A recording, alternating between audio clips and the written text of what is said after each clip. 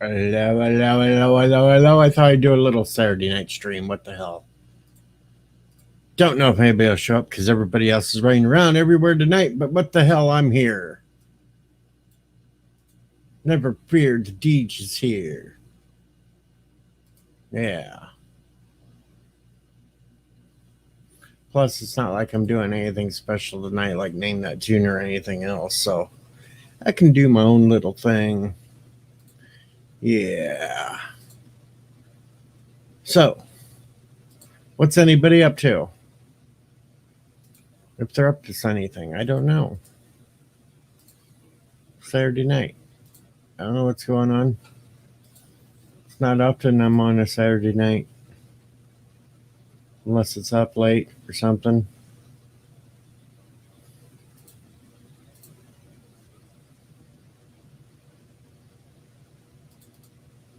We got the bot says it's up and running now. Hello, Richie Poole.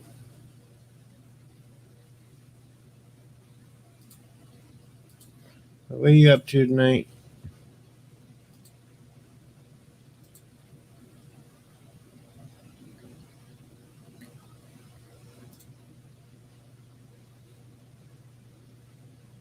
Hello, JPs.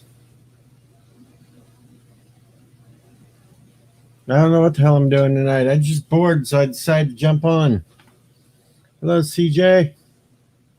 Playing Skip Boo. Hello, Mike Richards. Greetings from Columbus. Hello, Parrot Head. I don't know what the hell I'm doing tonight, so I'm just doing something.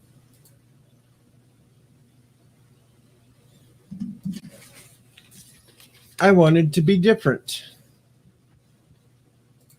I wanted to be insane. I wanted to just try my little bot out again. Hello. Hello, hello. Hello. Look at that. I can switch you to the front position. Ooh, ah. And watch this. Whoop. I can make you small or I can make you big. No, you're not going to make me big. I just made you big. Look on the screen. Yeah. And it actually looks like you're the host now. Because you're in the front position. Okay. It's a new thing StreamYard's added. I can switch you over to the other side. I just keep flipping you around. Okay. What are you doing tonight? What am I doing? Yep. I just finished supper. What'd you eat? Hot dogs and chips and dip. Hot dogs, chips, and dip. Yep. How about candle wax on the nipples? What? You know, chips, dips, chains, whips, little candle wax on the nipples. Yeah. All that fun stuff. Now I'm having a smoke. I'm contemplating going for a nap. Almost nap time for you? Yeah, maybe an hour for a nap and then get up and do laundry. I've been doing that all this evening. I'm tired doing laundry.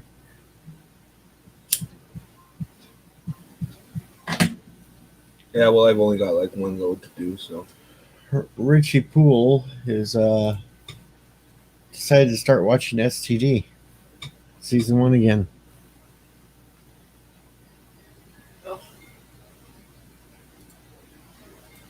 Serves you right, Richie. Shouldn't be watching it. But it's your decision, so you go ahead and do what you want.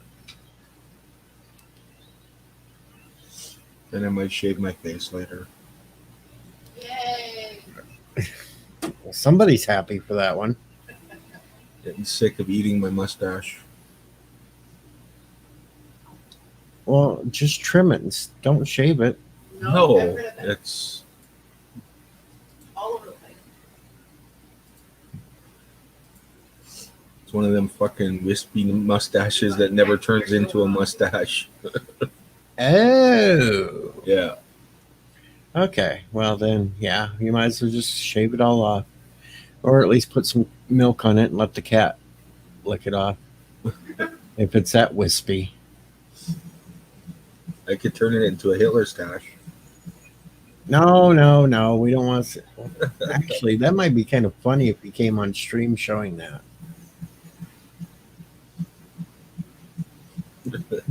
Who in the hell's doing the late night stream tonight anyway? Well, It's that would be, karaoke night.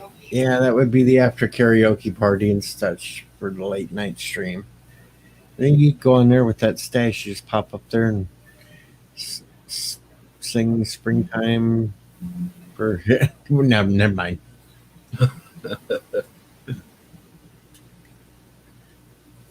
I know where you were going with that. Yeah, I know. I'm an asshole. I'm not nice.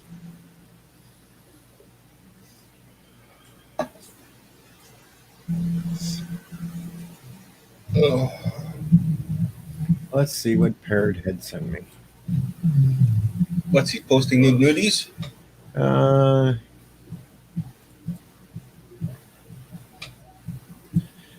He sent me this one picture. Can I sniff your kids? No. No. No, if there was ever a problem Guinness couldn't solve, you didn't drink enough Guinness.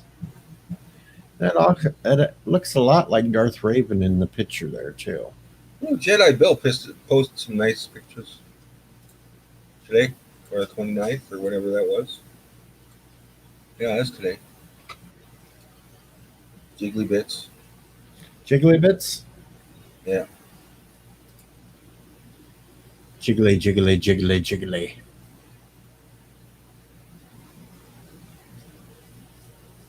Oh. Finally got the damn stream element bot to show up in chat. Cool. Little bugger. Had to kick him in the diodes. Parrot Head, you have to post more pictures on a more frequent basis. Apparently my jokes aren't good enough, Parrot Head. Post more.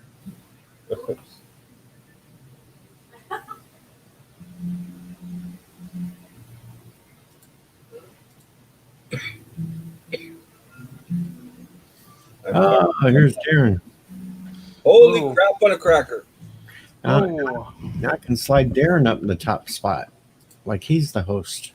Huh? I just put you up in the top spot where it looks like you're the host of the stream. I came here for a good fight. What's up? There's no fight. Saturday night is not Alright. all right for fighting. I was making a joke off of a Elton John song. Oh, okay. Gotcha. It's clickbaity. Yeah, there's not enough people in here to have a fight with anyway. DJ, since you were a DJ, what was your least favorite era of popular music?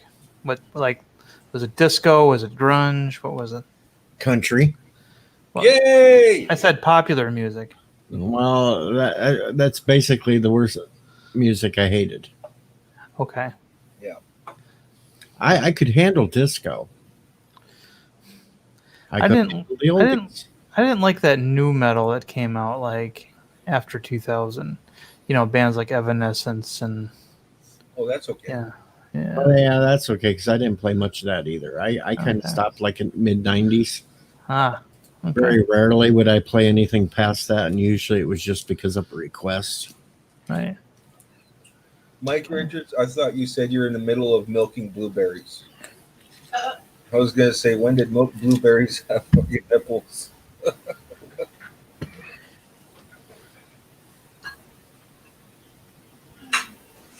I don't look like Travis Tritt, do I, Martin? Son of a bitch. Is it ice cream time?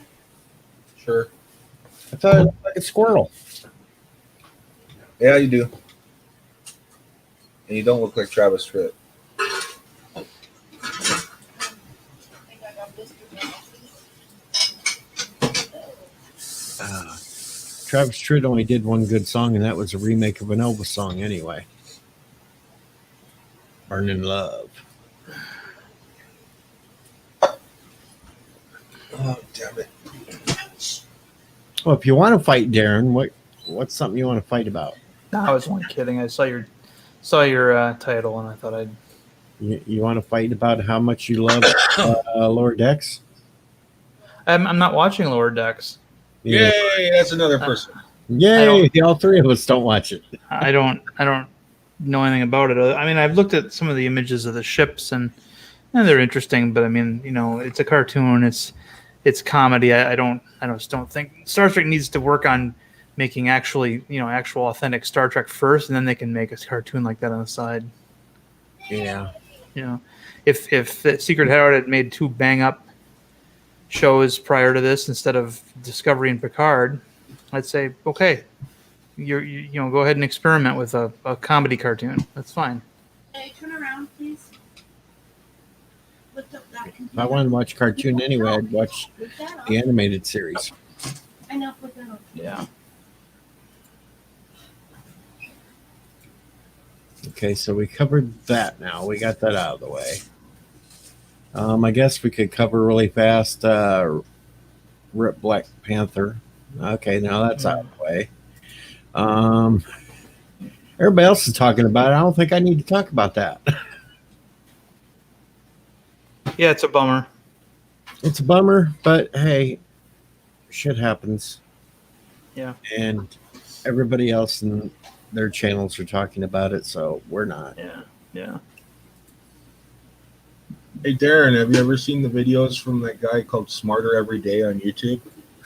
Yeah, well, Life with Matthew showed me one that he posted a couple of days ago, or actually a couple of weeks ago, where he toured the USS Toledo, and so that was my first video that I've seen of his. So I subscribed, but I haven't watched a lot of them. I watched one the other day where he actually goes into the torpedo tube. Yeah. While they're in the Arctic. Yep. And he goes all the way to the end and signs the hatch. And you could tell like a bunch of people have signed it before. Yeah. And it's funny, his Sharpie didn't work properly because, of course, there was like a bunch of frost on the hatch. And Yeah. Yeah, and that kind of cold up there. If I was the guys there with him in the tube, I would have like closed the door and made him freak out.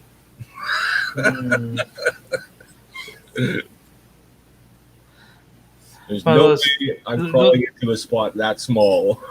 Those guys were probably under orders to be on their best behavior. So, Takey, it's Deej, not Beej. You sure it's not Beej? Yeah, I'm sure it's not Beej.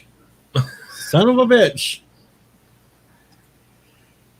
He could be king of the beach. I was surprised Anti-Trucker wasn't on tonight. Well, he's probably Didn't he do a video last night? He's probably torturing his Doomcock voodoo doll. That's a joke. Yeah. A joke. Some people don't know. Yeah, that's true. I don't know. I seen he put out a short little video this morning. That must be all he's doing today. Yeah. Well, he had to work today, so A rest in peace video for T'Challa or whatever his name was. Yeah. Chadwick Boseman. Yeah. Does it make it to a Toledo tube then? Jeez, John. John.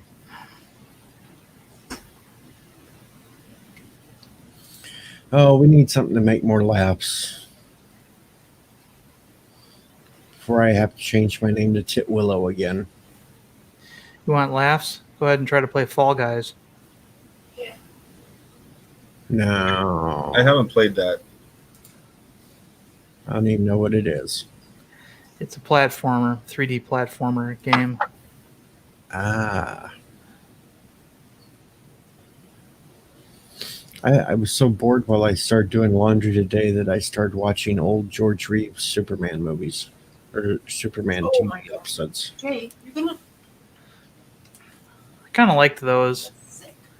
No. I like what America was back when that show was on. I made it through the first 6 episodes of season 1. And then I watched Superman and the Mole Men.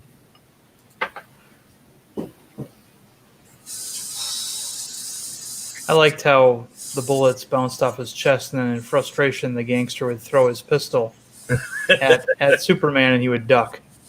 Oh, Yeah. Or he'd run up there and try to punch him. Yeah, Bullets bounce off him. Okay, let's go punch him. yeah. Real smart.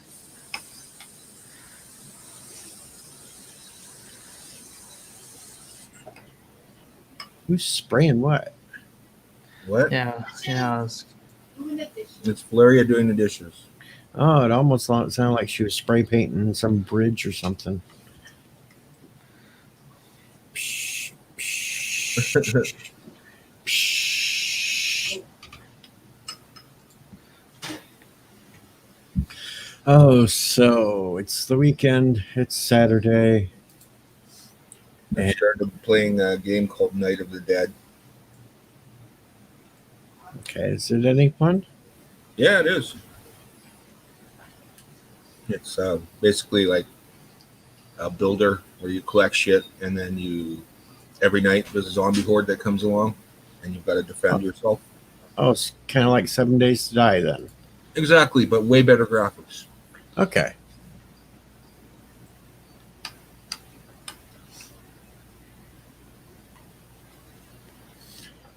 Oh.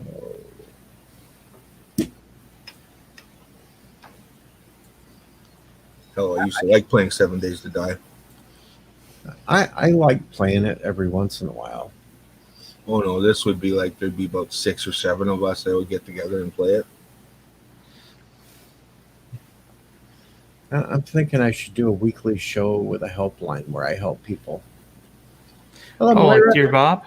Yeah, but it'd be a Dear Deej. Meow, Moira. Just have it call it Ask a Retired DJ. Yeah. Hello, Pfluger. Well, hello, Miss Evie May. First time I've seen you here in chat. Greetings. Welcome to the Insanity. Hey, it's Pflugerville. Yeah, Pfluger here. No, it's Plafluger. It's Pfluger. It's Plafluger. That's how Bird pronounces it.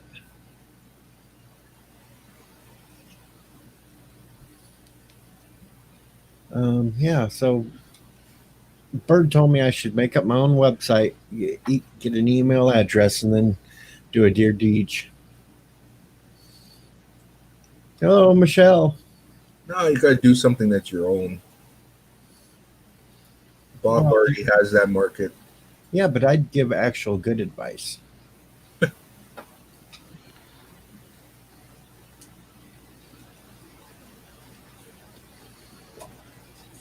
Actual, really good advice. And if I can't get the good advice, then I just say I plead the fifth.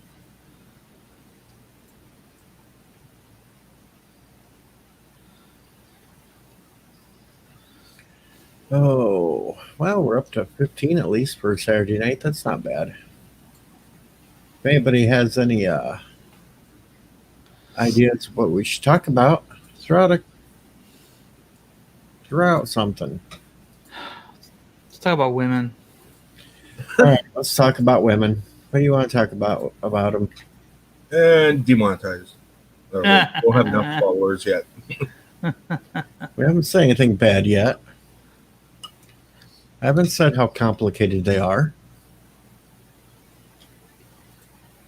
And I certainly didn't compare them with bacon. If they're bacon, it would be awesome. Yeah, unless you post it on Facebook and then you get banned for 3 days. That's not awesome.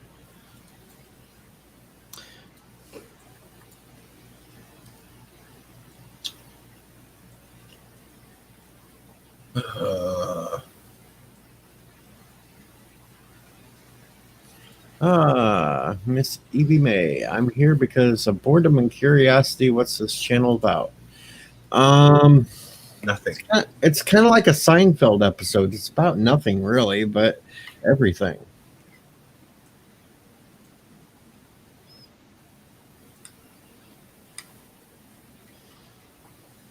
It's kind of like once a week on a Thursday we pick out a movie, we talk about it, stuff. This coming up Thursday, I'm doing 1941. John Belushi, Dan Aykroyd. Other than that, the rest of the time it's pick a subject and we talk about it, and usually lasts about 5 minutes because somebody sees a shiny and they go off on another tangent. Ooh, Martin's going to get in trouble though because he says they're good as long as they do what they're told when they're told. Martin, you're going to get in trouble for that one.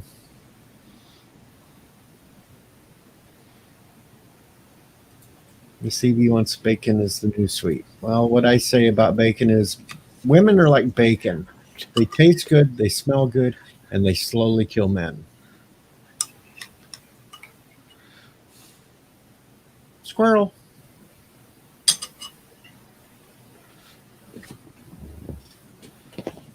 Oh.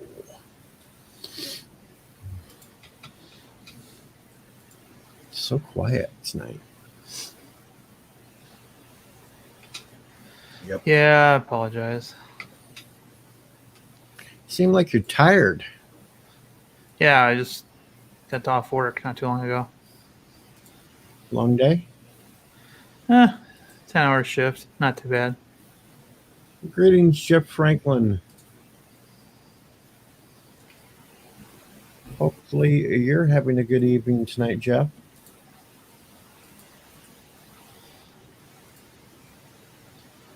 Yes, eventually the conversation does turn with food and drinks by the time it gets somewhere.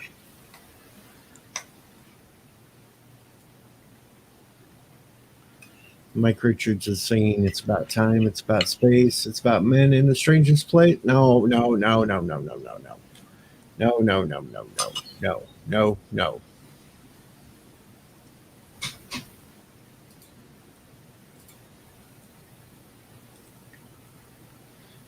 All right, I guess I'll slide me back over the top and we'll put Darren down the bottom.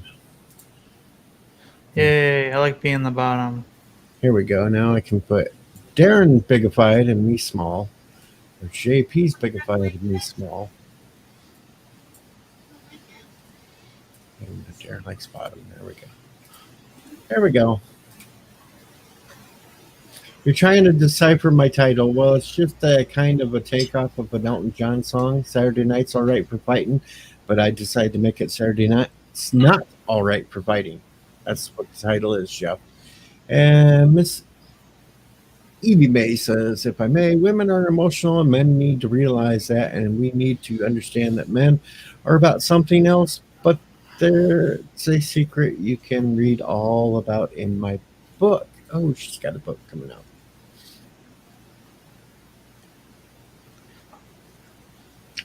Hopefully, Jeff, I cleared that up on what my title meant. And hello, Phil.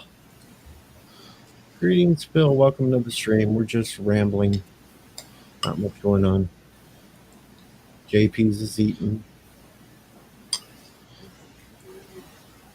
Vanilla ice cream with chocolate syrup. Vanilla ice cream with chocolate syrup. No sprinkles. No. Or no marshmallows. No. Those are gross. Richie Poole has a question for Darren. What's that? Are the crews of lesser U.S. naval vessels less professional, less honorable, and less competent than the crew of the flagship? Flagship is whatever ship carries the flag of the admiral. They're in command of the battle group. That's all it means in the Navy. So I mean, in Star Trek, they use flagship, but it's a little bit different meaning. But generally speaking, if you're going to have the admiral on board, yeah, you probably are going to be a tiny bit better behaved, but not by much. So they don't want them acting like on down Periscope. Well, down Periscope was about a submarine, and submarines are never flagships. Well, I know that it was submarine. I'm just saying the crew.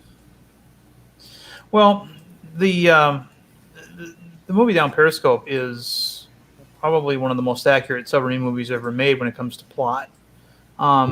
As far as the characters, the realism is sacrificed for a good laugh, and it's still a movie that we all like.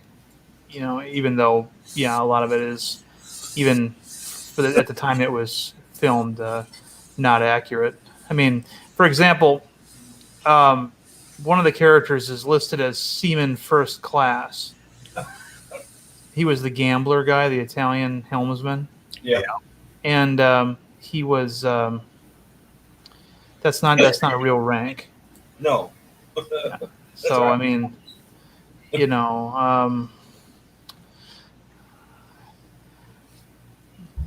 and another great example of the lack of realism was that on the Orlando there was not only a little store kiosk, but it was manned during battle stations, just in case you wanted to buy a pack of gum while you're at battle stations. So yeah, that was there for, they needed a reason for sonar to be able to hear some change hitting the deck, and that's why they threw that in there. But it was a funny gag.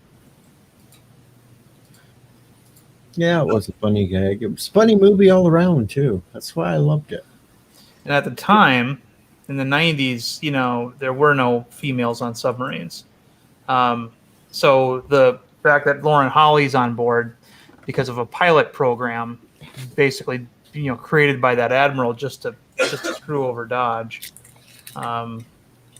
It's now that's the case. Now we actually have gradually over the last 20 years been incorporating females into the subs, when it's feasible.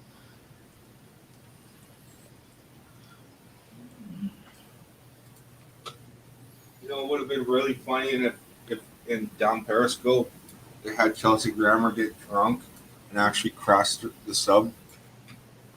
Get what? Get drunk and crash the sub. Well, he's not actually driving it. He just gives the commands. No. I know that, but in reference to when he got drunk and crashed his brand new Viper.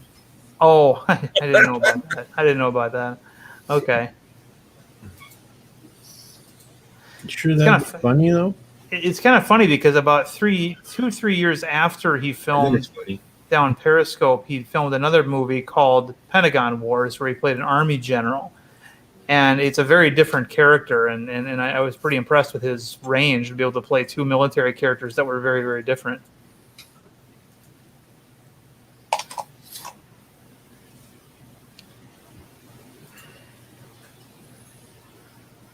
And plus, Down Periscope had a cool Village People song. Oh, God. Yeah. That's unfortunate. Submariners don't like that song, but well, nobody in the Navy currently the Navy didn't like the Village People even back when that was a hit, because everybody knew the Village People were homosexual stereotypes, and that didn't help the Navy's image at all. Hello, that Nigel movie guy. What's that? I was saying hello to that Nigel movie guy. Oh, sorry. It's Damn it.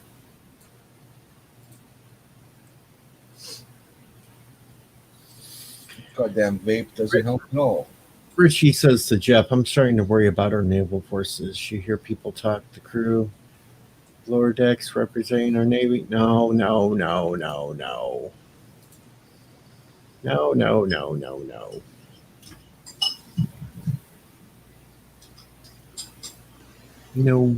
did. The only thing that questioned me is that story that's been out lately of the one that was on fire for multiple days, and they think it was a crewman that set it on fire on purpose.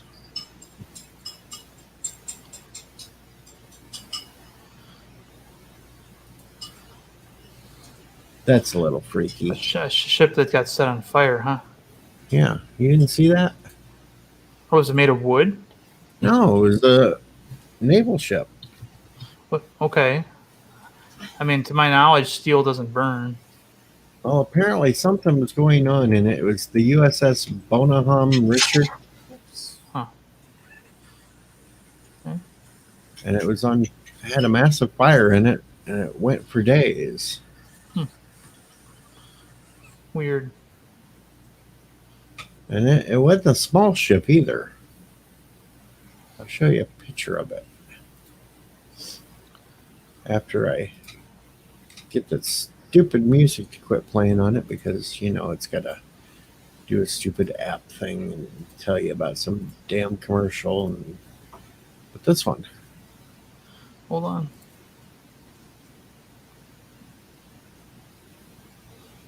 Okay.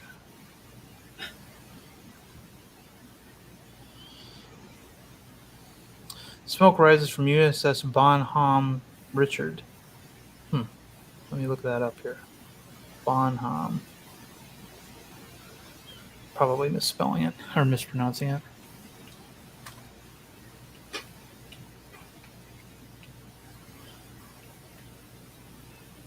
but now it's under investigation because they think it was a crew member that set it on fire. An amphibious assault ship. Okay.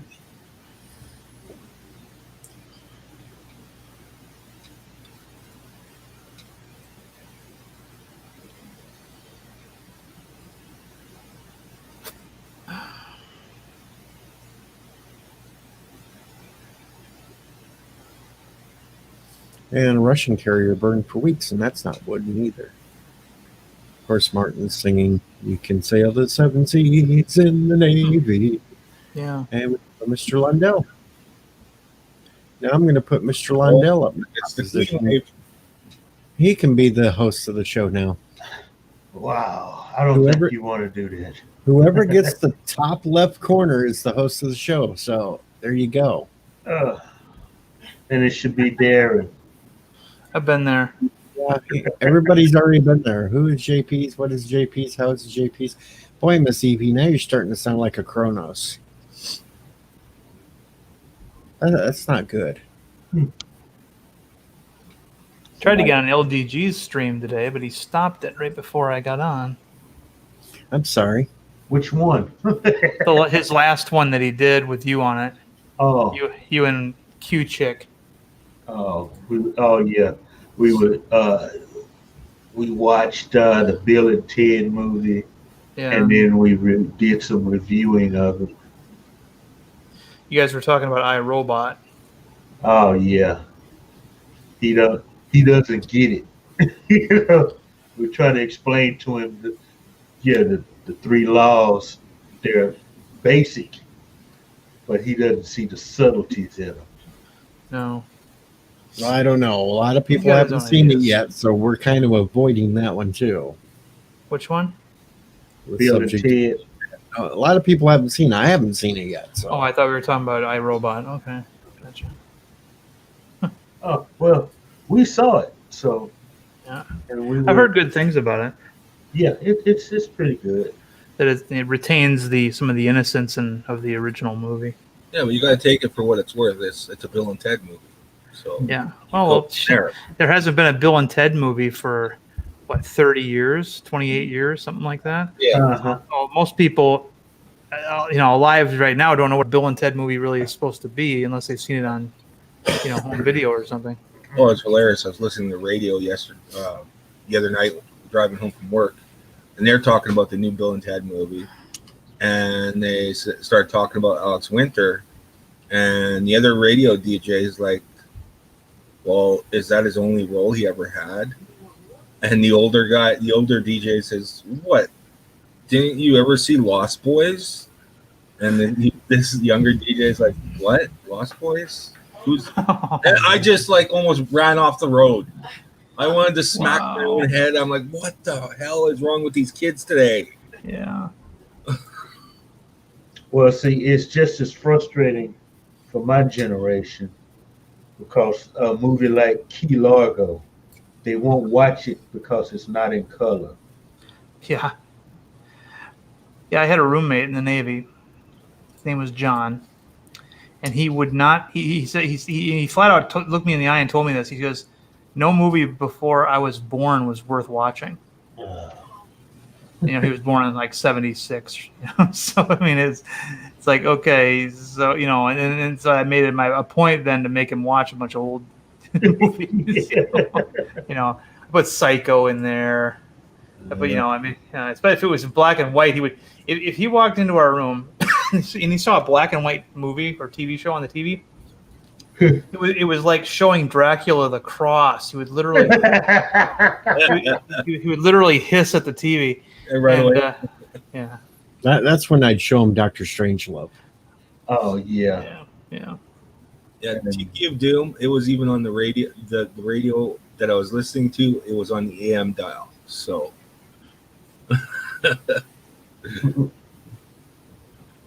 He's on AM and he never heard well.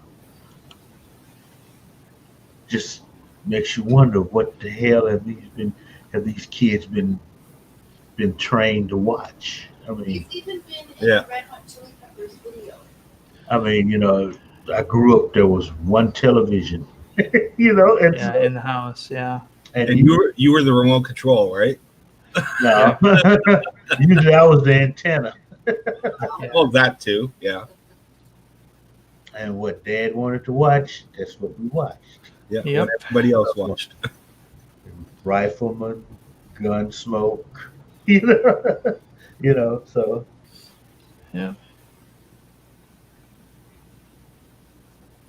I refuse to watch a lot of the colorized versions of old ones too.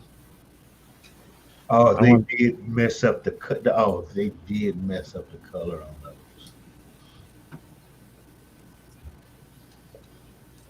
Video killed the radio star. All right. Another good black and white one. Show him could have been Young Frankenstein. Well, I showed him a bunch of black and white films, but I mean, you know, usually it was kind of funny because he would just sit there and pout through the whole thing. wouldn't look at it. I mean, I showed him Forbidden Planet, which admittedly is kind of Forbidden Planet's in color. Yeah, it is in color. It is in color, but again, his thing was that any film movie that was made before he was born, essentially, he said basically any movie made before Star Wars wasn't worth watching. And I even made him sit through a Rock Hudson movie called Seconds. Hi, Tetsu.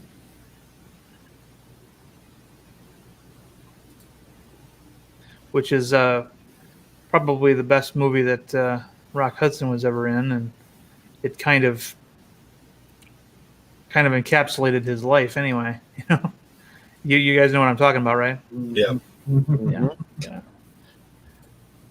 Because when I was growing up, that's the only Rock Hudson movie I've ever seen. Because when I was growing up, of course, I knew Rock Hudson because he was the first major celebrity to be, you know, publicly diagnosed with AIDS, and you know, I knew him about as this apparently gay actor that had, you know, lived in the closet for a long time, and so I wasn't going to watch one of his movies because I wasn't into that stuff. But you know, that's a pretty powerful movie. Yeah. Now, see, this morning while I was eating breakfast, I watched The Martian Chronicles. Really? The made-for-TV movie? Yeah, the 3-part, 6-hour one, and that had Rock Hudson. Yeah, it had, Rock Hudson, and it had Nicholas Hammond in it too. Right after. Yeah, but he was only in the first part. Yeah. I remember seeing that when I was a little kid and not understanding it, and then I never went back and rewatched it. I'm gonna go for a nap. You guys take it easy. If you're still up, I'll be back later. All right, good night, JPs. Yep. Well, that is it. Martian Chronicles is kind of strange. Yeah, the book is way better than the movie because they had to cut so much out just even for 6 hours. Yeah, I saw that when I was very little, like a toddler, and there's only some vague things I remember. I remember some guy the narrator said he was listening to his books, and then an American ship lands, and he goes out with a rifle and Yeah. kills them. And then I remember the Nicholas Hammond part where they arrive on Mars, and it's like a replica of their hometown. His hometown. And then he gets poisoned. He says that he had some black pudding or something that killed him. Yeah. And I remember that. I remember that specifically, black pudding. That so I remember, because the aliens killed him off. Yeah. So, but I've never been a huge fan of Ray Bradbury. One or two stories are okay, but Yeah. Fahrenheit 451. Yeah, especially when he got later in life, and he would start a really great story, and then all of a sudden, as soon as it gets going, it just ends. He would just abandon it. And I just hated that about him. Yeah. Well, Something Wicked This Way Comes was decent. Yeah, I remember the movie with Jason Robards. Mm. Yeah. Hello, Admiral Oliver Doom. Oh, AOD. Data Earth stood still. How are you this evening, Admiral? That's Computing Forever did a review of that movie. Data Earth Stood Still. Just destroyed my. He just destroyed. What, he did, the original or the remake? The original. Huh. He kind of destroyed my concept of it. Yeah. He's got his. He showed all of the political stuff and his political spin. I mean, it's so close to mine in the first place, and so you see the truth in what he's saying. But then that's a classic sci-fi movie. Yeah, and I've never seen it, to be honest. You haven't? I have not seen that one, and I haven't seen the remake. Watch the original, not the remake. That's my advice. Hello, Jim Henry, and thank you.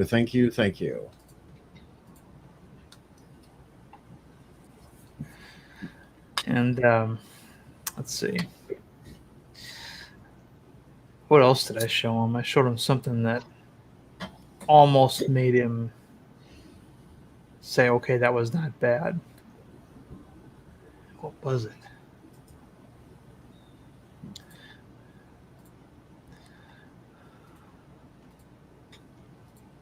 I don't know. Yeah, I'm trying to think. I'll come back to that. But so yeah, he had a real problem with that. Like I'm a huge Twilight Zone guy, and I had episodes of Twilight Zone on DVD, and when DVDs just first came out, and he would. I said, don't worry, John. These episodes are about 25 minutes long. I think you'll live. And a couple of them, he was actually surprised because he would watch it because, like, there was one with Roddy McDowall, the famous one where Roddy McDowall ends up in his, and he was just so amazed because, of course, this is DVD, right? Really good picture quality for the time, and he was just surprised to see all these old actors, what they look like when they were young. Burgess Meredith, people like that. So he found that interesting, but yeah. Miss Evie says Blazing Saddle Streams is why I'm here. Heard it was amazing and funny. Well, we did have a lot of good laughs that night over it. Yeah, we did. Especially reciting all the lines that we had memorized. Mango like candy. Mongo only pawn in Game of Life. Here's one question, though. Did he get anything out of the Twilight Zone episodes? I mean, because especially the ones written by Rod Serling Yeah. Morality play does not begin to describe it. Right.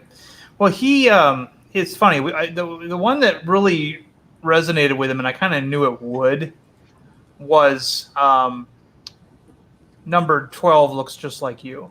Uh,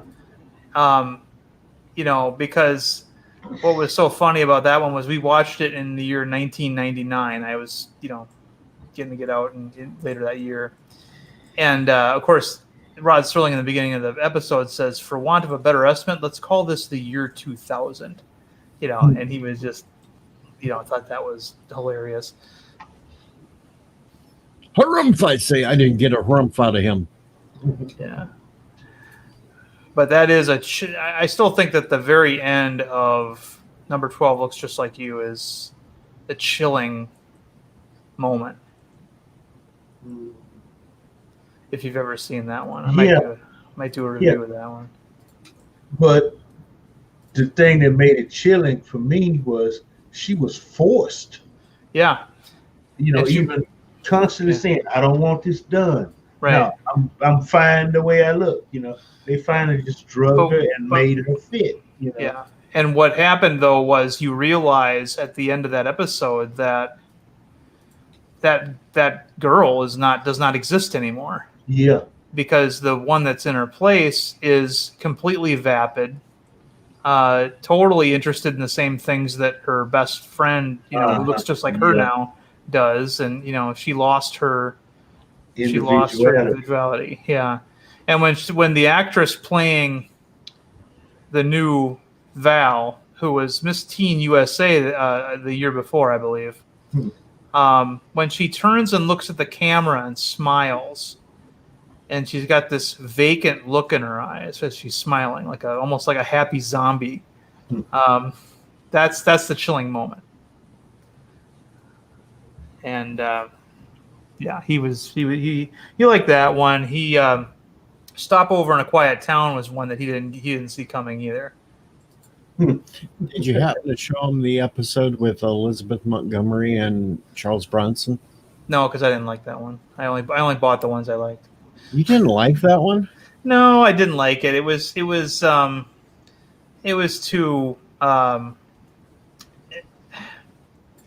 what's the word? Sacrilegious. Yeah, there's one with Richard Basehart that follows the similar theme as that one. That's because both of them, they were both playing with the Genesis story of Adam and Eve.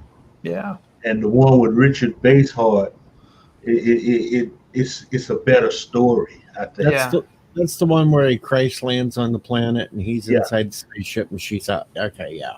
Mm-hmm. Yeah. And you find out his name is Adam and her name is Eve. Yep.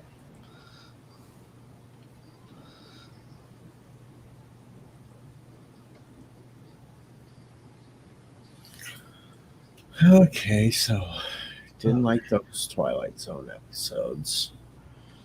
You should have. Hopefully, you showed him the Princess Meredith. What's that one? Obsolete Man. That's got to be my favorite one. That one I didn't have. I didn't get that one until later. The Howling Man I showed him, and John was not a man of faith. So anything that had that on was an automatic eye roll. I don't know if he's that way now, but sorry, I had to blow my nose. But I showed him that one, and he thought that was, interesting, I guess. But no, I'm trying to think. We had another one. Eye of the Beholder. Oh yeah. That was another one that that threw him for a loop because he didn't see where that was going, and and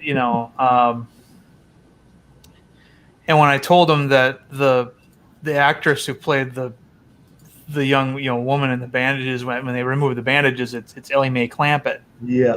From the Beverly Hillbillies, he was shocked. I thought, later on, I got to looking at her and said, "That is her, isn't it?" Yeah. You know? Yeah. You know, and just and then he wanted to watch it a second time Hmm. because then you want to see, okay, all the times when you kind of thought you saw their faces but you really didn't. Oh yeah, You know, where the camera would just pan away or it'd be in shadow. And there was one in the beginning where the doctor's face was in shadow and you could tell by his profile that he wasn't in the makeup yet. yeah. So he thought that was kind of a cheat, but so that's television at that time, man. That's how they did Yeah, things. because watching that episode, I'll catch myself sometime trying to get a glimpse. Everything's in shadow, but it's if if he would move just slightly, or Yeah. you're trying to make out the faces. Yeah. And when the leader comes on the screen and says, we must have a single norm, a single approach, a single point of view, that kind of thing. And he thought that was a good political message. So that subtle, but not so subtle. Oh, there was another one that I showed him that Talkie Tina. Oh yeah. I didn't show him Talkie Tina, but it was his face. Just said Talkie Tina. Now, No. see, the one I love the most is Time Enough at Last. Yeah. Oh yeah.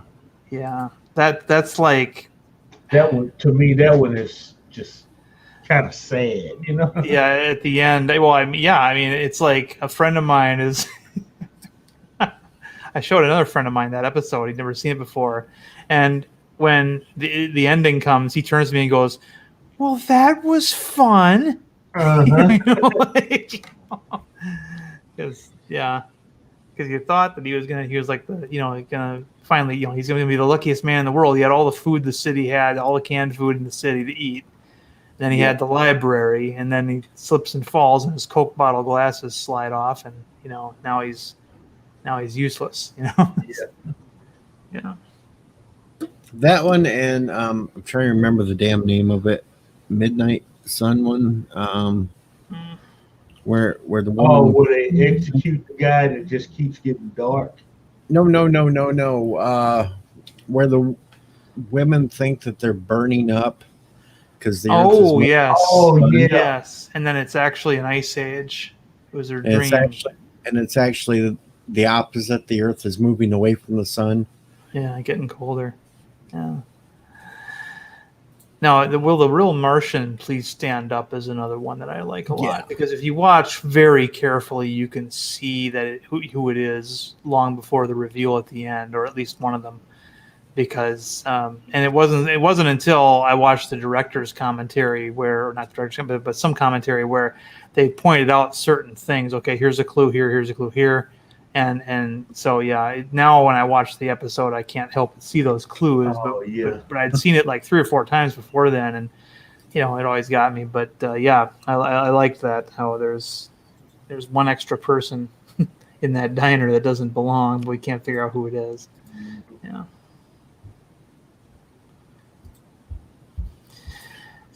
But my favorite ones, I think, because there's a couple of like standard formula Twilight Zone episodes, and one of them was the time slip episodes where somebody travels, experiences a time anomaly.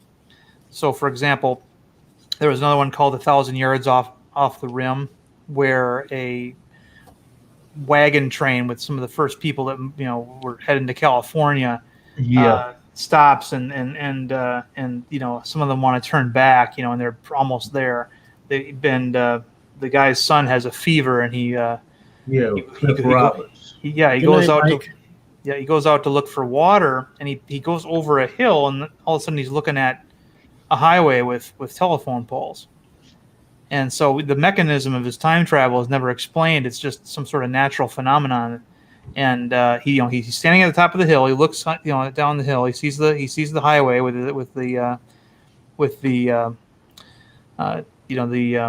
telephone poles. And then he looks back where he came, and he sees his wagon train back in the whatever year it was.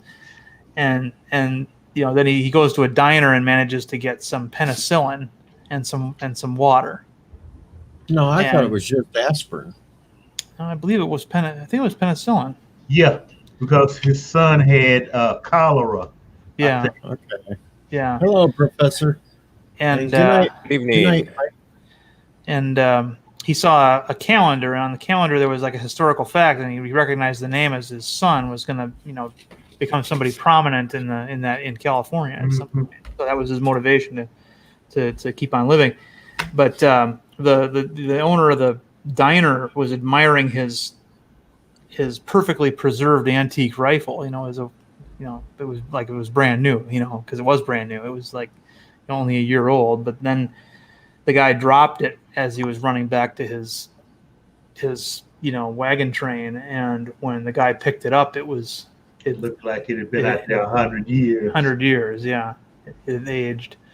And stuff like that. Like there was another one that was very similar where some Army reservists in a tank Oh yeah, at the Little Bighorn. were at the Little Bighorn, yeah, and they couldn't take the tank into the battle, but they went in there with 45s, and the search party that came to look for them couldn't find them. They found the tank, and then somebody noticed that their names were on the monument of all the men who died. And what was really eerie about that episode was the colonel or whatever it was who saw their names there said, something to the effect of, "It's too bad they couldn't have brought the tank," meaning he is familiar with this phenomenon, that's not something that he hasn't heard of. He knew something, but that was how the episode ended. So, Yeah. If they'd have brought the tank, it would have changed history. Oh yeah, definitely. Because that tank, it would have cut a swath through those Native Americans. Which would have cut a swath through any army at that point in history. You're still talking about armored cavalry back, or not horseback cavalry back then. But yeah, it's kind of like when the movie when I was in the Navy, there was the movie The Final Countdown, which was about the USS Nimitz traveling back in time to just before the attack on Pearl Harbor, and most of the film is them figuring out where they are and trying to figure out what they're supposed to do now. And I like that film. Yeah, Kirk Douglas plays the CO of the Nimitz, and he decides that his oath, it doesn't say what time, it doesn't talk about time travel. So he's beholden to the President of the United States, even if it's Franklin Delano Roosevelt, and he's decided to defend Pearl Harbor. And the thing is that, it's not a question of whether he's going to lose men. He's not. The Nimitz and all its jets could have easily, taken out the Japanese before they even got within sight of Pearl Harbor. It could have took out that first wave and hit the carriers. Yep. Yeah. I mean, you have piston prop airplanes, Zeros versus jets with missiles on them and stuff. So I mean, he wasn't even worried about that. He was just worried about the historical implications. And then right before they're gassing up, getting the planes ready, and then they get sucked back.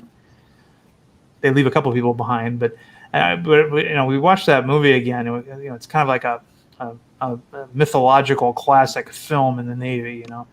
I thought about what would happen if we surfaced and all of a sudden we were in the middle of the North Atlantic during World War II. And there was like a convoy of Liberty ships or something, and it'd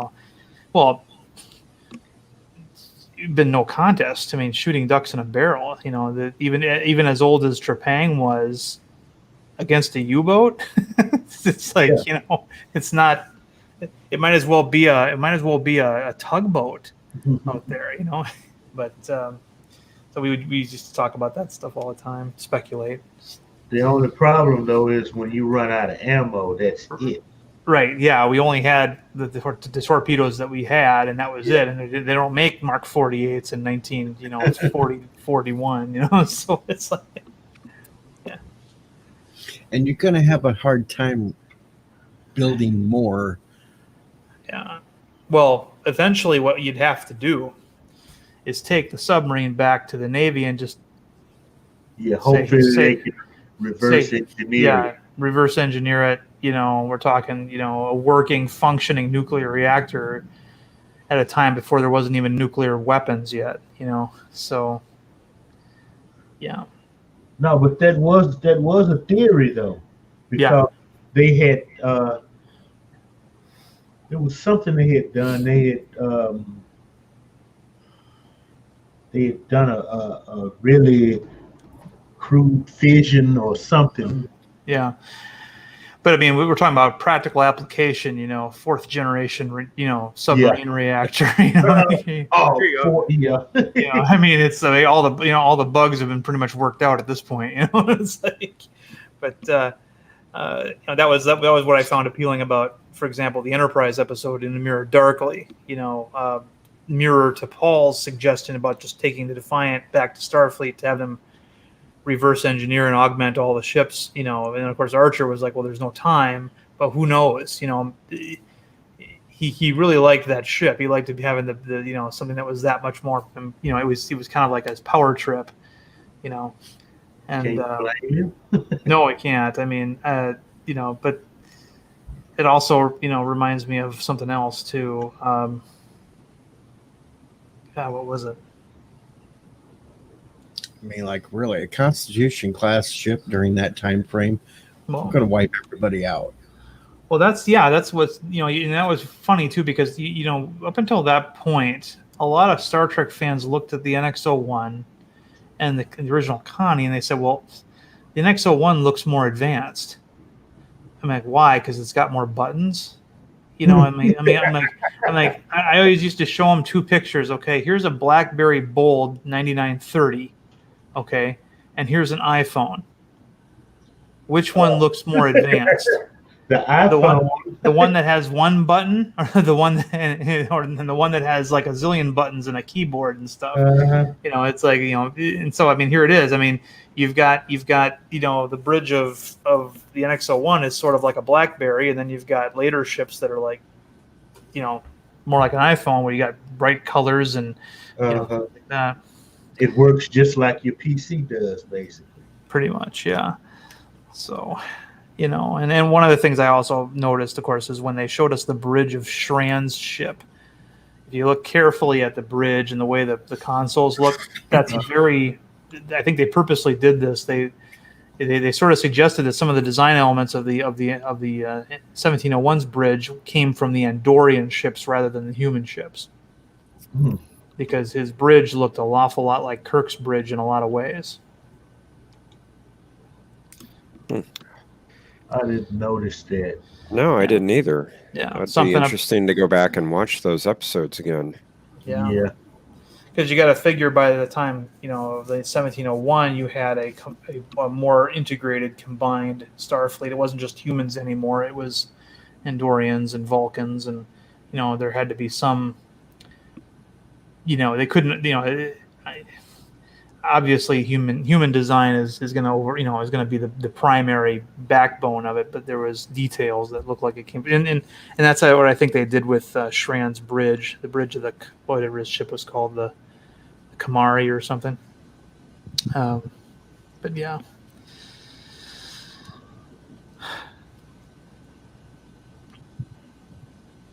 I want some more Outer Limits. The only Outer Limits episode I really like was Soldier. Harlan Ellison. Oh, they're better episodes than that one. Right, but I mean, that one was the one of the episodes that James Cameron ripped off for Terminator, and Harlan Ellison went after him legally and was a pain in his ass for years over that. I kind of like that story, you know. He just, you know. Yeah, it's let's see, probably the best, my favorite Outer Limits episode was the one I'm bad with titles, but it was the small spaceship landed, and there were like ants, and they were all the prisoners from this planet. And the deal was, you know, leave us alone. these are all prisoners. And we just want this spot so we can have them in prison. I don't know. I kind of like the Outer Limits episode where they're giving the guy injections to turn him into an alien. Oh yeah, and he does the sign language at the end to let his wife know that was him. Yep. Do you remember the one with another one with Carl Perkins, I think, where two astronauts land on a planet and they have to repair it to leave, and one of them discovers a city or a village of tiny people. Yes. That was the Twilight Zone episode. That was a Twilight Zone. Yep. Yes. And they began he began forcing them to worship him as a god, and they made a statue of him, and and stuff like that. And he ends up getting left behind. The other astronaut leaves him behind there because he won't leave his he likes being God. Mm-hmm. And the rocket ship leaves, and then another rocket ship lands, and some huge dudes, way bigger than him, show up, and what's that? And they pick him up and crush him as they pick him up. And it's a little man, but he's dead now. And they throw his body back down. And the next thing you know, you see the statue that they made of the tiny people made of the astronaut. They're taking it down. Uh-huh. And they're cheering the whole time. Yay! Yeah, they're cheering the whole time. You never see the tiny people. You see the evidence of their existence. Well, there was another Twilight Zone episode we missed. The U.S. Air Force lands on the roof of some lady's house. Yeah. Oh, yes. Yes. The visitors. Yes, Magnus Moorhead, the visitors. I think the only words that were spoken were Rod Serling's part, and then the radio broadcast at the very end. Yeah. Yeah. And even today, I watched that episode. I find myself cheering for the woman because she is defending her stuff. Okay. Yeah. I mean, she's throwing them in the fireplace and just everything. She is. Yeah. You have to give her props. She is defending the homestead. Then she grabs the hatchet and starts beating on the saucer. Yeah, plus some creepy little U.S. Air Force alien guys remind me of that stupid Trilogy of Terror doll. Oh, you should have been around last night. Okay. We did live reaction to that. Okay. I'll go back and watch it. I still like the broadcast at the end of the episode. Earth Command, don't come here! Incredible race of giants. It's got that 50s harrowing broadcast, voice. I'm sure everybody liked To Serve Man. Oh yeah, everybody talks about that. It's a cookbook. It's funny because William Shatner, of course, was in two Twilight Zones. The second one was a bit more well known, Terror at 20,000 Feet. Yeah. But I actually like the John Lithgow one from the movie better because it was a more terrifying gremlin, and it was just more. They turned up the insanity a little bit more because the one in Shatner's episode was basically a carpet man. It was like a guy wearing a carpet suit. I like the other Shatner episode where he's putting the dimes into the little fortune telling thing. They get addicted to it and they can't leave. Now they eventually come to their senses. Well, I thought that as soon as they left, the camera gets all wiggly, and then an older couple that and I thought that older couple was supposed to be them. Coming back again. No, that's another couple. That's a different couple. Okay, gotcha. They've been they were Shatner and his wife. They were only there for the day. Gotcha. Okay. But they came to their senses. Okay. And realized how stupid it was. Yeah. But this other couple that sat at the table behind them start dropping coins in the thing, asking Yeah. questions. You know, Yeah. they wanted to leave the town, and the damn thing wouldn't tell them when. You know, Yeah. Yeah, it reminds me of the Magic 8 Ball, yeah. which I never got. I never, You never Magic 8 Ball was that thing that your best friend's older brother had, when I was growing up, and I didn't understand how. I mean, what the hell is this? Magic 8 Ball. Or a Ouija board. No, I never saw one of those, and don't want to. Well, But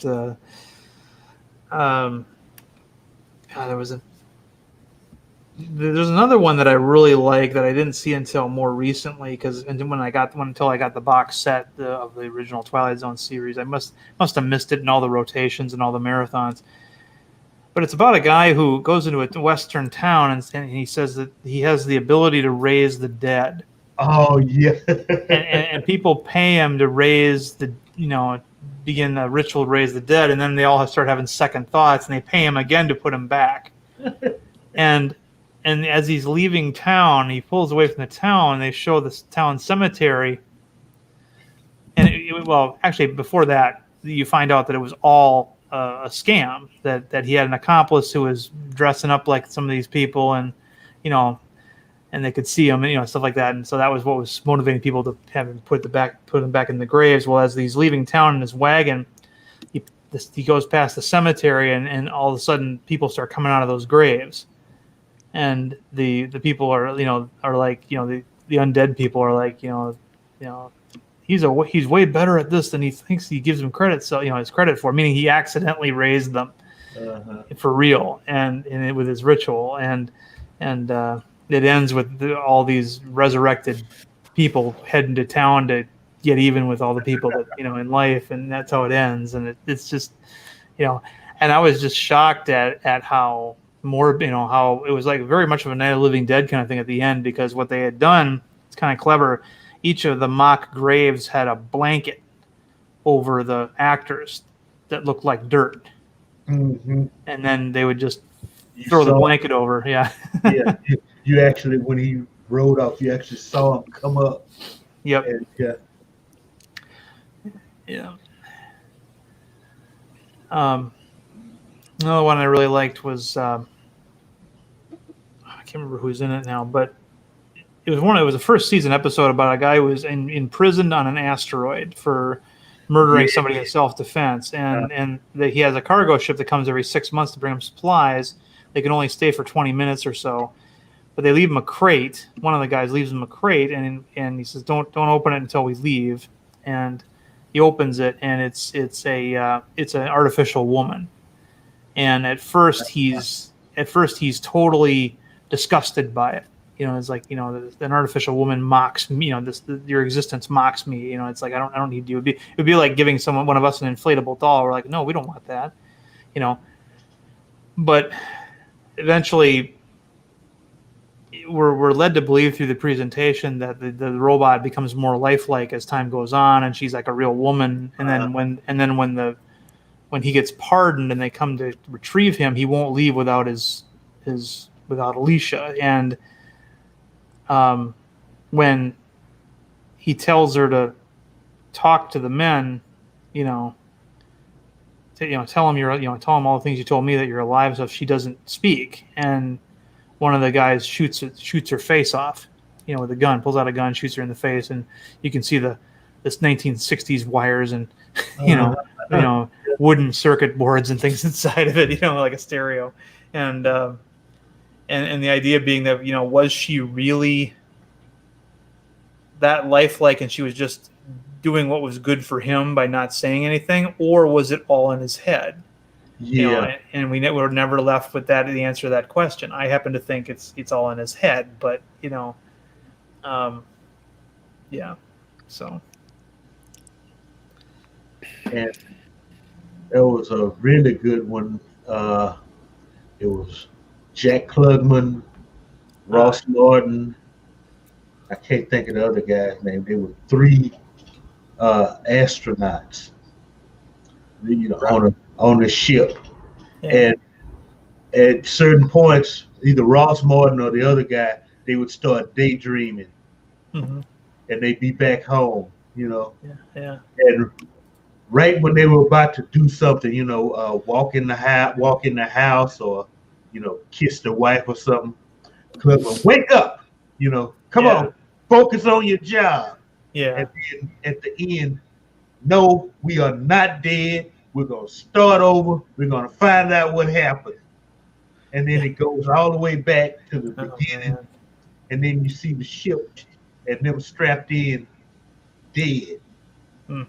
And Yeah, that was one of those 1 hour episodes, wasn't it? Yeah, there was the third. I think the second to the last season of Enterprise of Twilight Zone was they experimented with a 1 hour format, and Serling hated it, and they went back to half an hour format for the final season. But there was another set of episodes that a lot of people they scratch their heads when they see them, because there was about 4 episodes of the Twilight Zone that were experimental. They were filmed on videotape. oh yeah, One of them was Night of the Meek with Art Carney, uh-huh. and where he played the Santa Claus. And it's funny because they look terrible. They look like a black and white soap opera from the day, and obviously Serling hated the presentation, so he went back to normal film, even though it was going to be more expensive.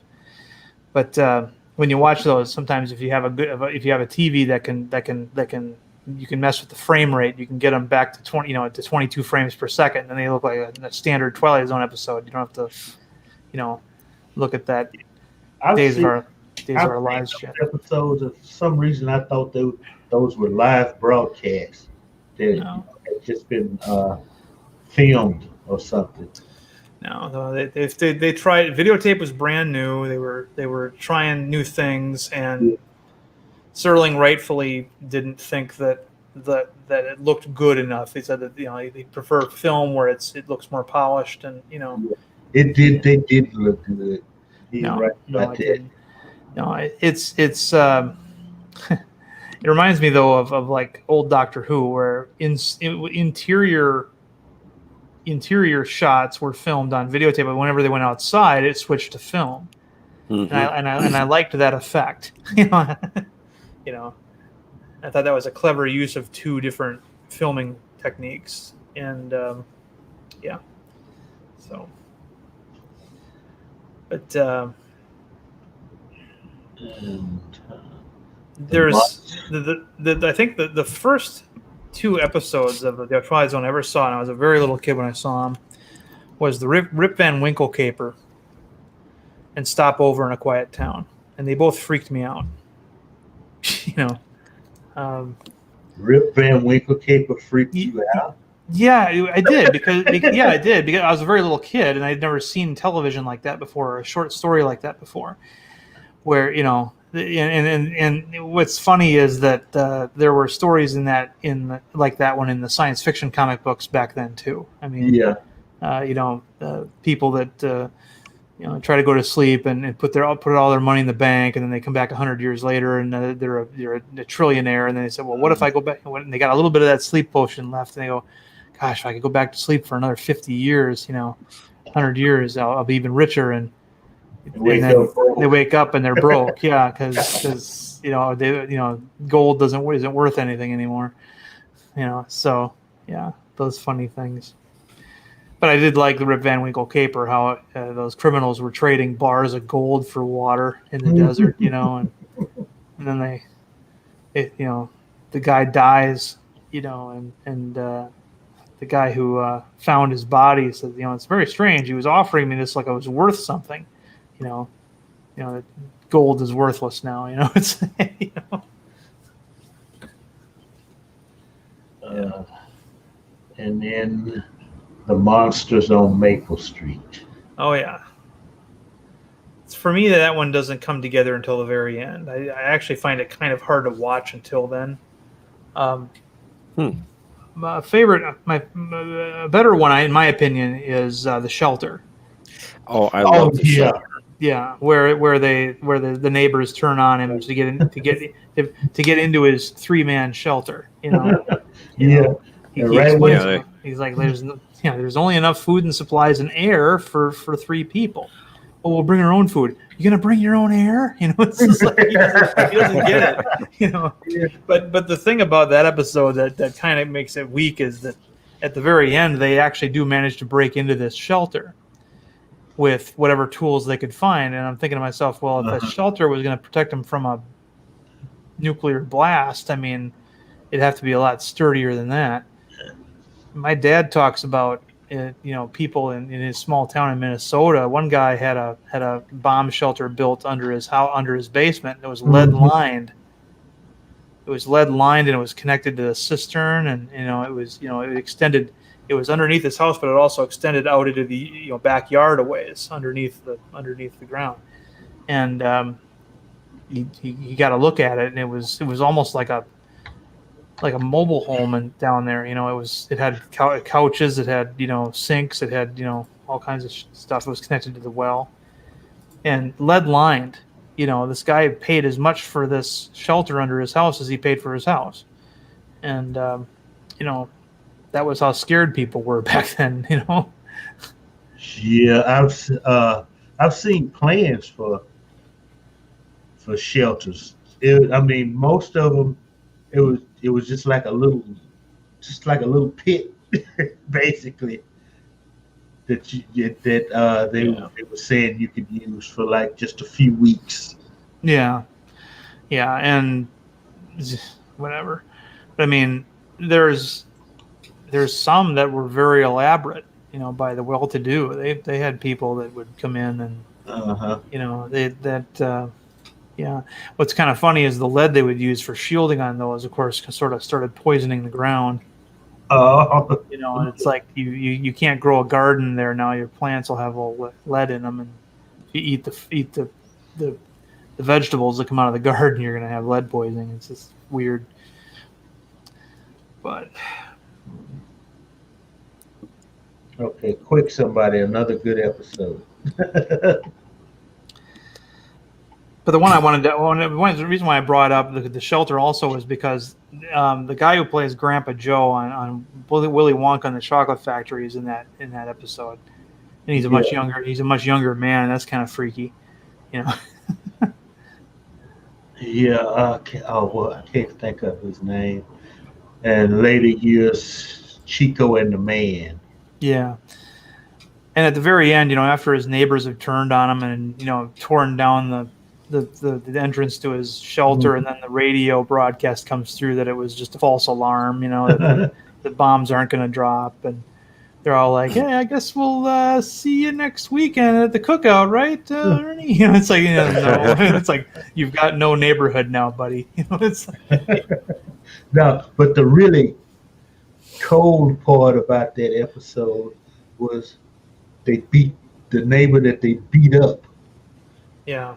He was an immigrant, okay? Yeah. And they made sure he wouldn't get in the shelter. They beat him up and threw him out of the house. Yeah. Oh, I don't remember that part. It's been a while since I've seen that episode. Yeah, It was one of those hour-long episodes. No, I don't think the shelter was an hour long. Let me take a look real quick here. I don't think it was either. So I've got that one, and I normally don't even watch the hour-long ones because I don't think they're worth spending a half hour. It was season 3, so I don't think it was an hour. Yeah. Yep, 1961. It was, season 3. 25 minutes. 25 minutes. Yeah. I like the one with stopwatch. A certain kind of stopwatch. Yeah, it would freeze time. Yes. Interesting concept until you break the stopwatch. Yeah, That's what happened. Yeah, exactly. Except in the remake of the Twilight Zone, the woman didn't break the stopwatch. She stopped time just as the nuke was about to explode over. Oh yeah. Oh yeah. The 80s remake. Yeah. Yep. Yeah, it was like right over her block. Oh man. Or do you remember the one where the rich guy who hated? There was 2 guys in a bar. One guy was rich, another guy was talked too much. They made a bet that the guy couldn't couldn't stay silent for 1 year, and he'd get like $1 million or whatever. And at the end, you find out that the guy had severed his vocal cords, so he couldn't physically talk for Right, one. yes. And so because he needed the money so bad, then you find out that the rich guy really didn't have the money. It was one of those non-supernatural ones that was kind of fun. Or that one had Jonathan Harris in it. Yeah, I believe. You also had another one where a guy who is a hypochondriac becomes immortal. He can't die. Oh yeah. And so he ends up committing a crime, and he wants to he wants to get the chair because he knows he'll survive, and they can't execute him more than once. But then his lawyer comes in, hey, good news, I got you down to life, and he's gonna live forever, and he got life, So, Yeah, and he took the out clause in his contract. yeah.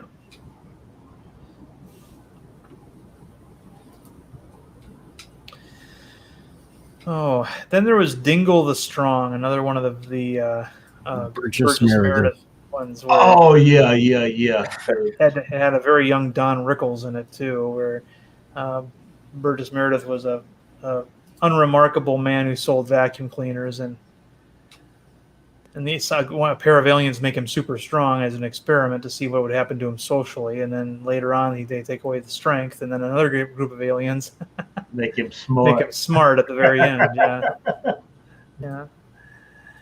And the Masks is a good one. What somebody mentioned that earlier. That one is a little bit more of an arabesque one, but I do like that moment where they all take their masks off and they realize that the masks have altered their faces to match the masks. Yeah. Now, I'm trying to remember if this was Twilight Zone or Outer Limits, but the kid disappears by falling out of bed or rolling under it and goes into an extra dimensional. That's Twilight Zone. That's Twilight Zone, yeah. Yeah, that was a good one. Little Girl Lost is the Yeah. episode, yeah. Or the brother and sister that dive into the pool and end up. That was the final episode of Twilight Zone. It was called The Bewitching Pool. Yep. Yeah, I didn't care for that one too much. It's a little kid's story. They go into the kidney-shaped pool and they swim all the way to the bottom, and when they come back up, they're in a pond next to a cabin somewhere in the past where this little old woman took care of kids and was really good, and their home life was terrible back home, and they it's sort of like a run away from home kind of story, Yeah. which I don't know that would fly today.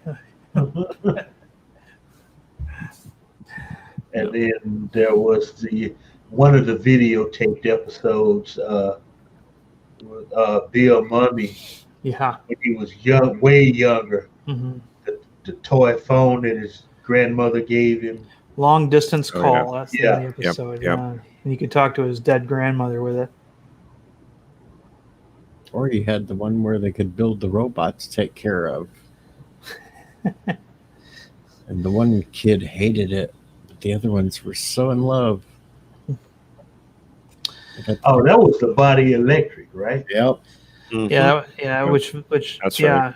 Yeah, it was based on the Ray Bradbury story. Then they made a more expansive movie out of it with Ed Begley Jr., I believe it was, called The Electric Grandmother, is what it was called. I have never seen that movie. Yeah, it was on WonderWorks. They broke it up into like 3 episodes or something. Oh, Yeah. But it was basically they took the Ray Bradbury story and they expanded it into a feature-length story.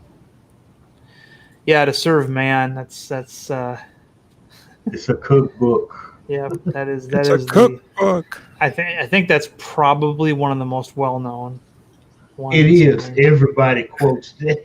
Yeah. Yeah. I'm trying to think of what Robert Rose Jr. is saying there. The one Twilight Zone episode where in the end the neighborhood finds out that they have been transported to an alien planet. Oh yeah, and no, that's not Twilight Zone. That's Outer Limits. Limits. Yeah, Okay. and what happens is they go out. One of them goes out in this fog and comes back infected. And the way that's the way they keep them from going back getting more humans. They just all just link hands and contract that disease. They remade that one in the 80s version of the Outer Limits too, except in that one it was aliens that were escaping from other holding areas and infected one of the humans, and then they decided to stop the aliens from getting any more humans. They all linked hands in the church. And protected each other. There was another one where it was a time slip episode where a woman who is like going to get married in a day goes horseback riding and sees an older version of herself trying to tell her something, not to marry, and she can't quite hear what, and she ends up marrying the wrong guy anyway. Yes, she doesn't realize, she doesn't know that woman is trying to warn her. It's just like this scary thing on a horse screaming at her. And it's all she can do to get the hell away from it. Yeah. And you find out at the end, that's her trying to warn her past. Don't do it. Yeah.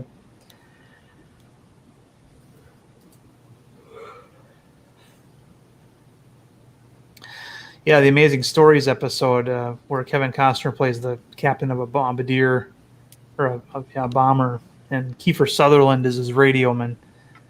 And there's a cartoonist that they got in the belly gunner, and he gets trapped underneath. Yeah, and he at the very end he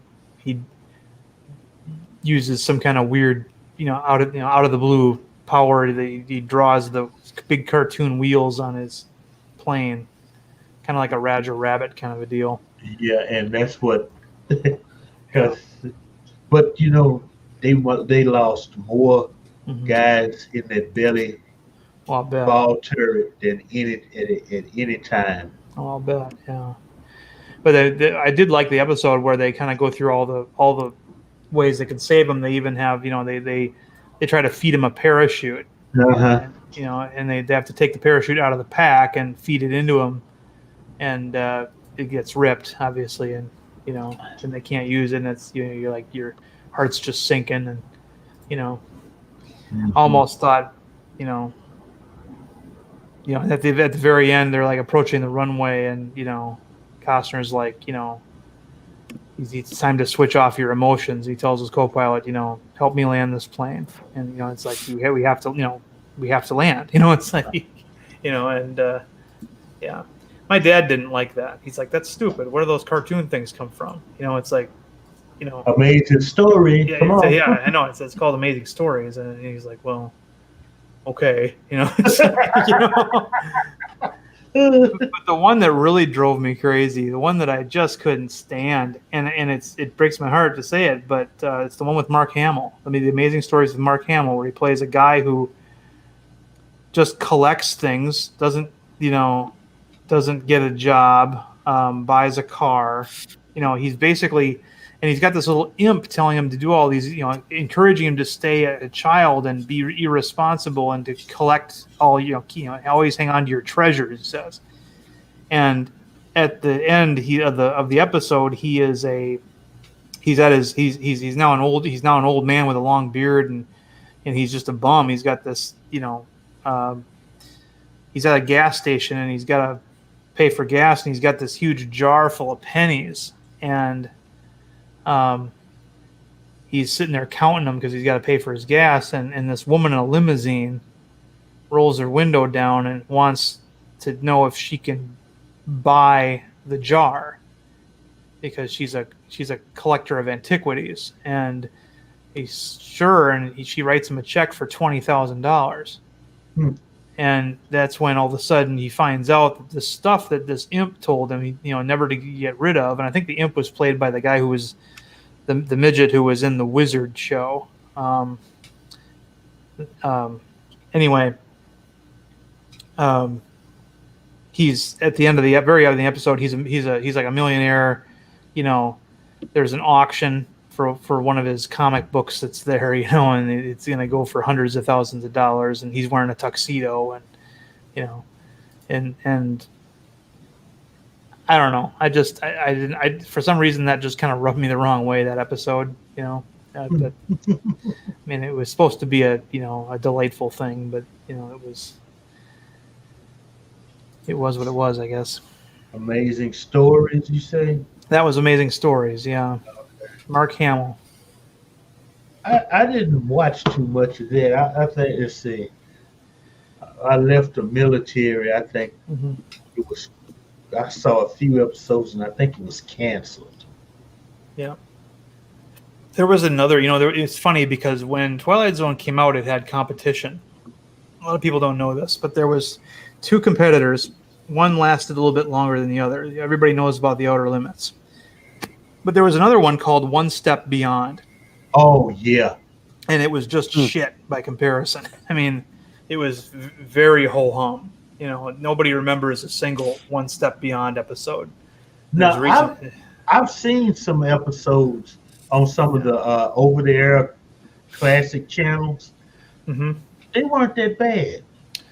Yeah. Twilight Zone set the bar. Okay. Yeah. But, One Step wasn't that bad of a show. Yeah. John, it had one sponsor. It was actually the full title of the show was Alcoa.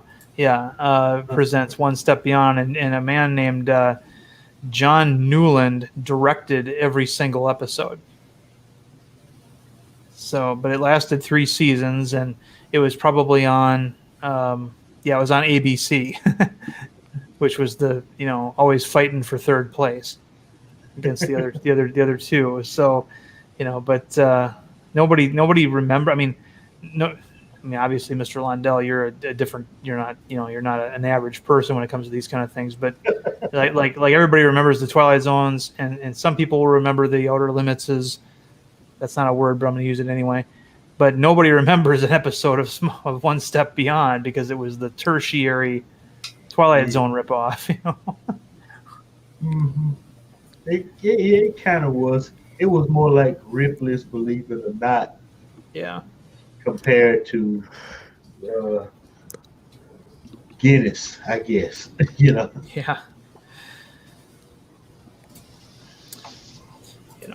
Ripley's Believe It or Not. I used to watch that when I was a kid back in the 80s. That I remember the theme song. I always liked the opening credits where it showed all those old time illustrations of oddities and things, and then of course you had Jack Palance. Yeah. Who I didn't even know was all I knew him from was Ripley's Believe It or Not, and then he started appearing in movies again. I'm like, what? Really? It's like, and then I found out he was in movies before Ripley's. So being a little kid, I got to start where I start, and then I have to work my way backwards to figure things out. But his delivery was always so, Believe it or not. Yeah. Well, he would pause. I mean, he would be believe it, and in about 10 seconds would go by, or not. I don't know. Give me some good old Tales from the Dark Side. There was that show. Yeah, I didn't watch that show. That show was it was syndicated, I think. Yeah, it was syndicated. Yeah. I watched a little bit of it when I was in college. They had when I went to school in Iowa. They would have a 2-hour block where you'd have Tales from the Dark Side followed by another show that was similar called Monsters. Yeah, that's what it was. And I'm not looking at the chat, so. But so there was that, and but you had a whole bunch of them. I mean, HBO had a Tales from the Crypt show that was fairly high quality because it was HBO. Mm-hmm. You could have cinema quality swearing and all kinds of stuff in it. But there was another one, Freddy's Nightmares was another one where Freddy became the host of his of the show. Yeah, thank God that didn't last too long. No, they had it was. I think Freddy was the star or the monster in some episodes, but usually he was the narrator. He was just the host. Yeah, and it was just a gore show. But then there was Friday the 13th. I remember that. Yes, there was. Yeah, which And- had nothing to do with Jason either. It was just Yeah. another anthology show. Well, no, they were collect. You remember they were collecting these haunted and cursed items. Right. Yeah, but it was still an anthology. I mean, you had a different story every week, and while you had two recurring characters, it's kind of like the Hulk is also an anthology series, even though it had Yeah.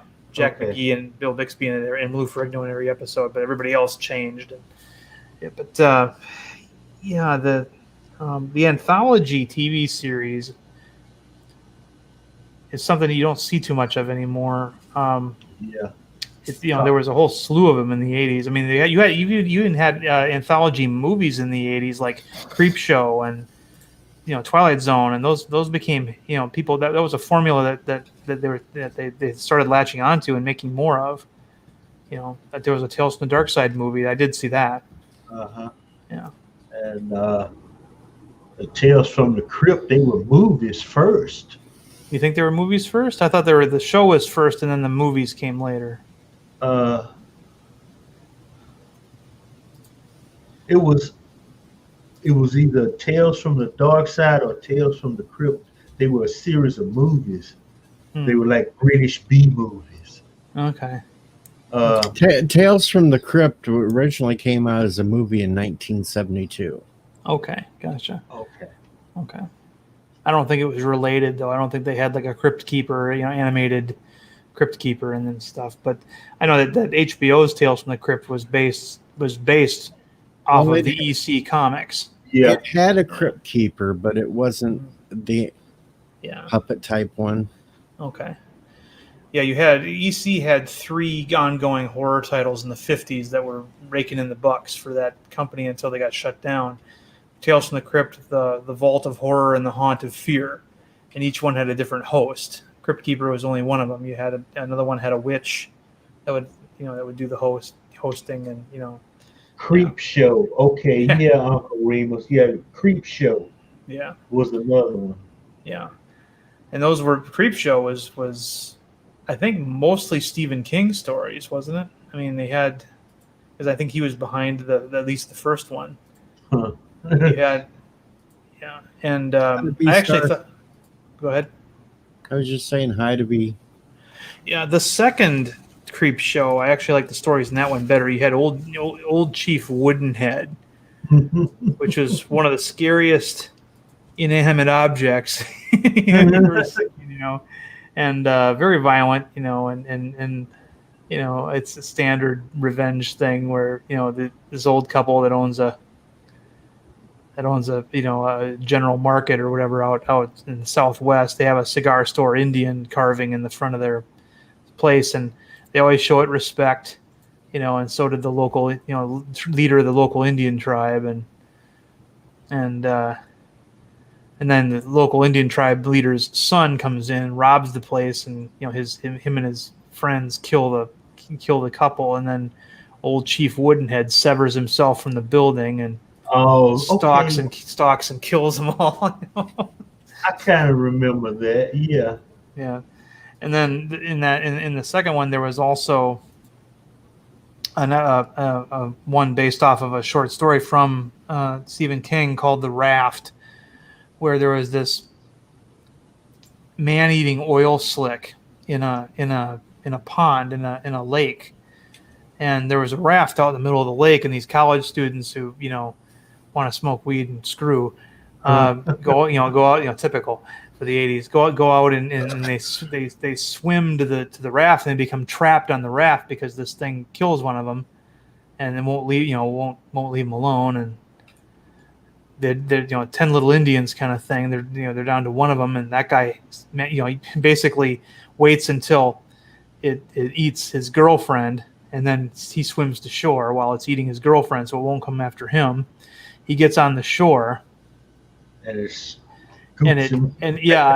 says, I beat you, and then it becomes like a tidal wave and just envelops him on the shore and pulls him back into the water.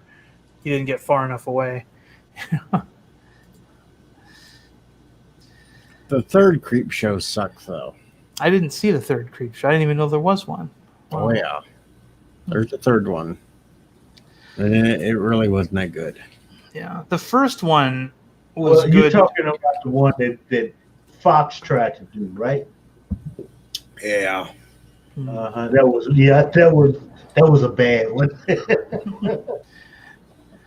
They did get the Crypt Keeper right though, I think.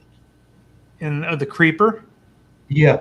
Yeah, because in the Creep Show it was the Creeper, and the Creeper. You know, there's this that opening scene in Creep Show 2 where you show a typical Midwestern town at where they show the sun rising, and then this delivery truck shows up, and the little kid is on his bike, and he's waiting for the comics to arrive, and you got the Creeper dressed as the delivery man. He's got this ghoulish makeup on, and it's in broad daylight. And I remember showing that to my little brother, and he freaked out. I tortured that little shit so many times. I tell you what. But yeah, and the Creeper's like, look at you, Billy, so eager to get the first copy right off the presses, Yeah.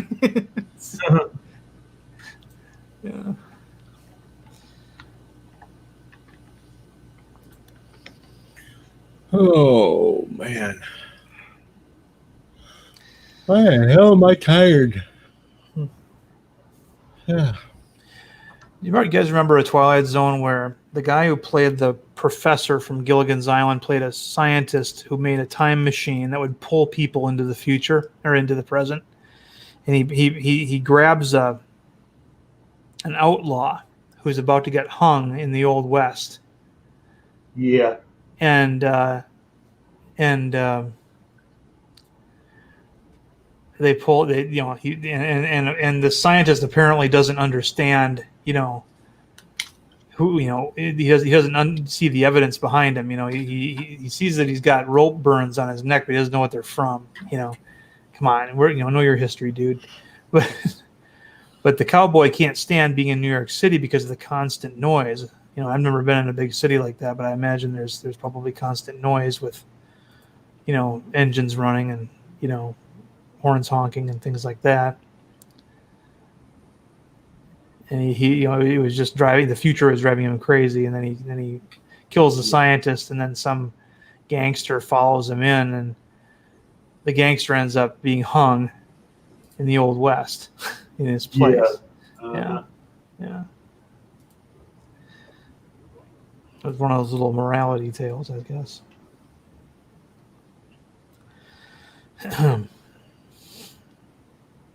And the one about the guy, he's like an ad executive. Mm-hmm.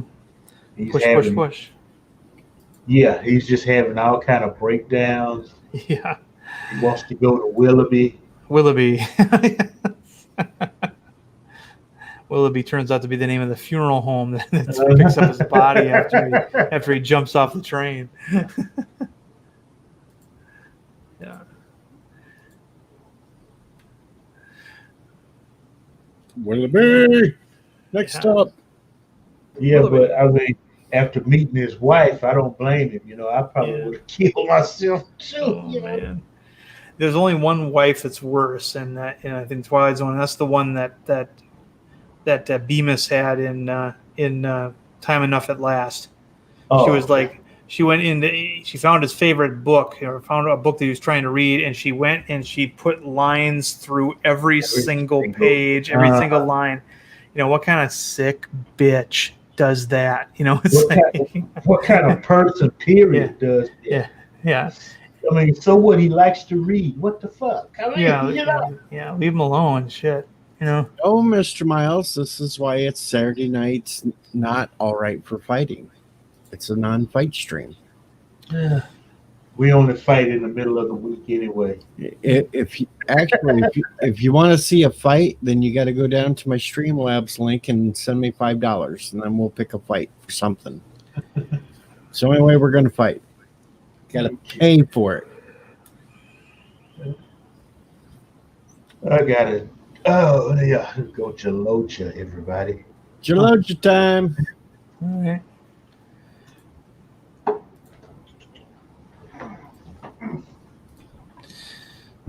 So what are you up to, Mr. Professor Brainy Specs?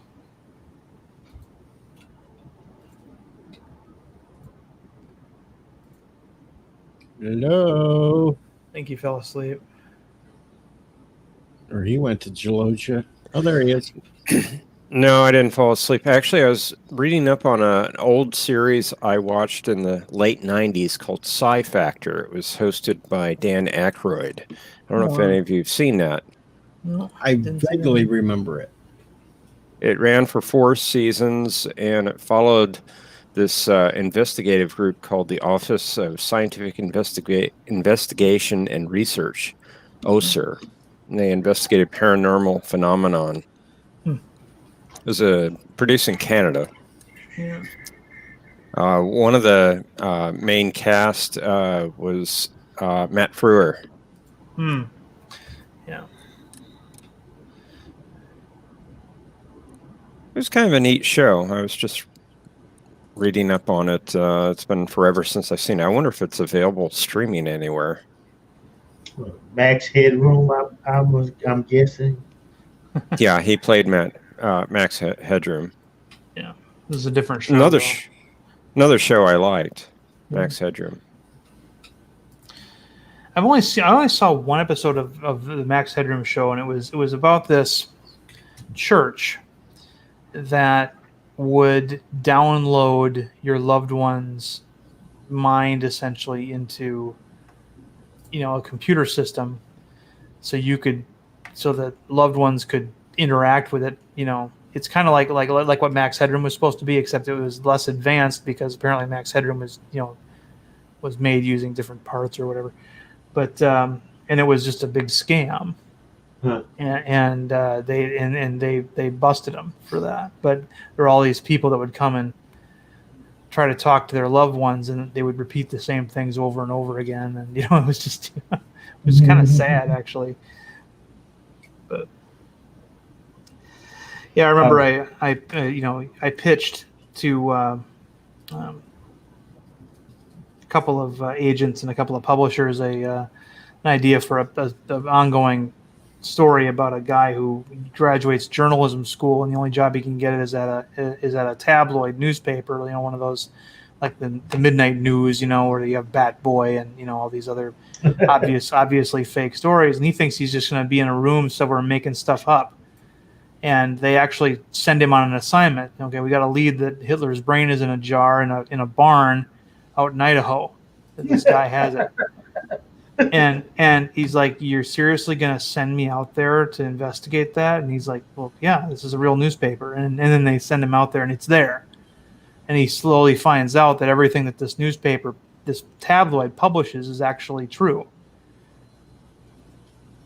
And I pitched it, and then 3 years later, Sci-Fi Channel comes out with a show called The Chronicle, which is essentially the same thing. A little bit different twist, but the whole concept is the same. That all the other tabloids, they make shit up, but this one doesn't. And it's the one that has the more fantastic stuff in it. So but Sounds like Strange Invaders. something like that. Strange Invaders. Okay, that rings. The movie, is that the one where they're in this? Aliens come to a town in the 1950s and basically mimic everybody, but they keep everything in the 1950s. Yeah. So yeah, and all the radio stations still play the same music and stuff, and everybody's still driving the same cars and wearing the same clothes, and it's because they're all aliens. They don't know they're supposed to change with the times. Yeah. I remember that. See, that was the eeriest part of that movie for me, was when that couple then drives into that town, and it's still the 1950s in that town. And Harlan Ellison wrote a short story that was very moving. He actually, it's kind of interesting. The story behind the story is also kind of interesting too. Harlan used to say that he gets his ideas for stories by mishearing things that people say. So he was at a party with Walter Koenig, Chekhov from Star Trek. Mm-hmm. And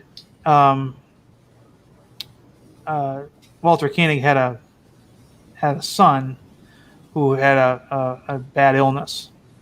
I don't know if I think it might have been a terminal illness, and he wasn't doing very well. But somebody asked him how his son was, and he goes, "Johnny's fine. He's always fine."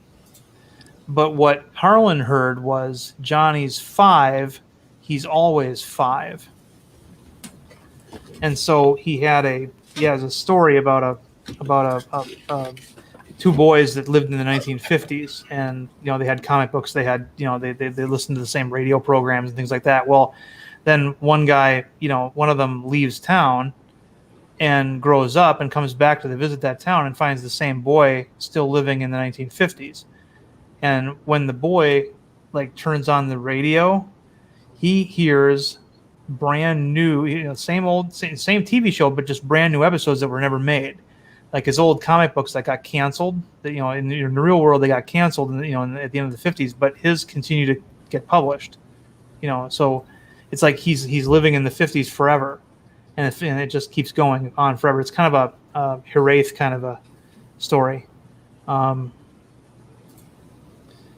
it's just interesting, it would be like if you let's say you really liked the original Tech TV cable channel that Louis Lepore did back in the 20 years ago, and it got bought out by Comcast and they discontinued it. But let's say you go to somebody's house and they're able to watch brand new episodes that don't exist. that's what it was like. It was a very interesting little story he wrote for Walter Koenig.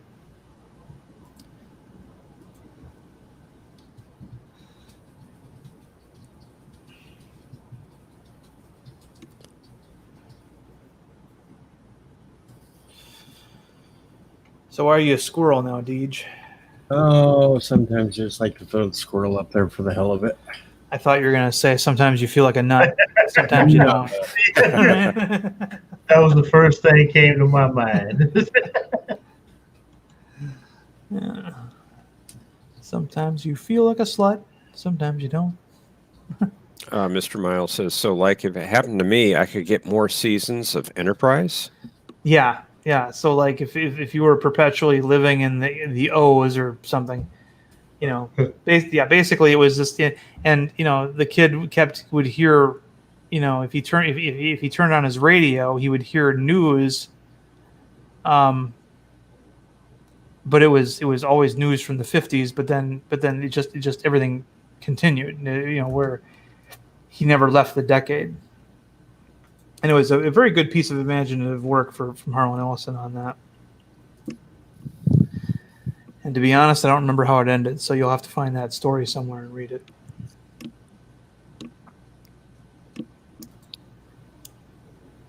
Mr. Miles is like, so if it happens to me, I could get one more season, get more seasons? Enterprise? Well, in that premise, it would just continue forever. Even though that's another thing, because in the short story, the guy, he turns on you want to watch The Shadow, and he's like, the Shadow is still on, and it's like they turn it on and it's brand new stories, and he recognizes the voice actors as people who died years ago. So it's one of these weird sort of alternate dimension kind of deals, but in a much more subtle way. Kind of like if you wanted to live in the year 1984 forever, where Van Halen never got rid of David Lee Roth.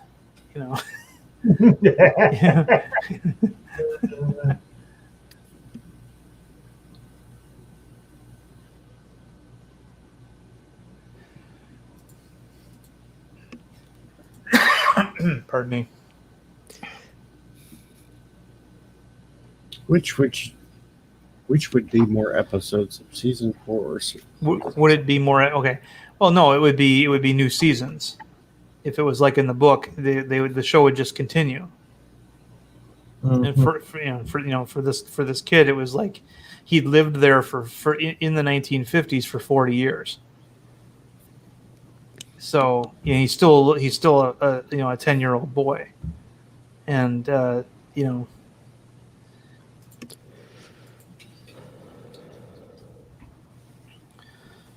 Harlan's work tended to be it was he called it speculative fiction, where it it would utilize some science fiction concepts, but also some fantasy concepts. So it was, he was the perfect showrunner for the Twilight Zone reboot in the 80s, which he was. That Twilight Zone episode or series that was on in the 80s for 2 seasons.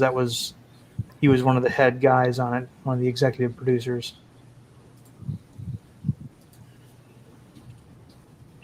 Notice that there were some good ones in that one too. Eye of Newton was my favorite ones because it was a shorter one. It was like a 10-minute long Twilight Zone episode short that had what's his name from the Jeffersons, Sherman Helmsley. Is that his name, Sherman?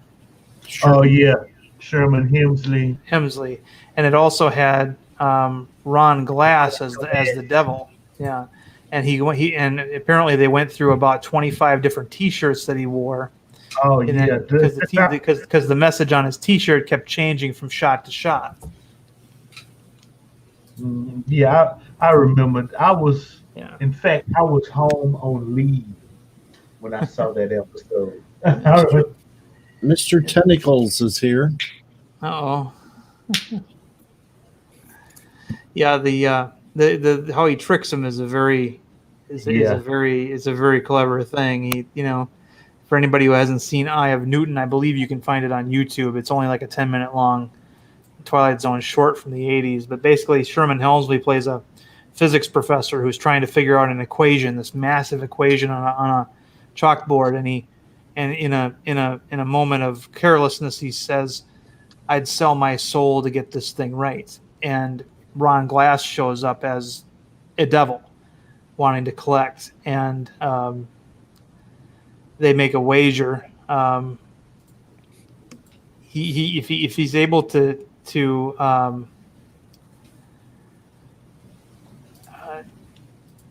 give him a command that he can't perform, or tell him to go someplace that he can't, that he can't go to, or something. It's basically he has to be able to come up with something that the devil can't do. Yeah. And so he listens to the devil brag about how, I can, go from here to the Dog Star in less than a millisecond, and even less time if I don't stop for lunch, and things like that. And he tells him that I can even travel to realities that never existed, like what if this other country won the Peloponnesian War and things like that. He's talking about all his abilities. He says, I know every place there is in the cosmos, and he's trying to psych him out. And so Sherman Helmsley says, "Okay, I have your challenge." He goes, "It's more of a command, though." And Glass is like, "Well, lay it on me, baby." And Sherman Helmsley goes, "Get lost." and Ron Glass is like, "No. And all of a sudden he starts flaming up and disappearing, and it's one of those little fantasies about a man being able to outsmart a devil. Yeah, it did kind of smack of The Devil and Daniel Webster, if you've ever read that. Yeah.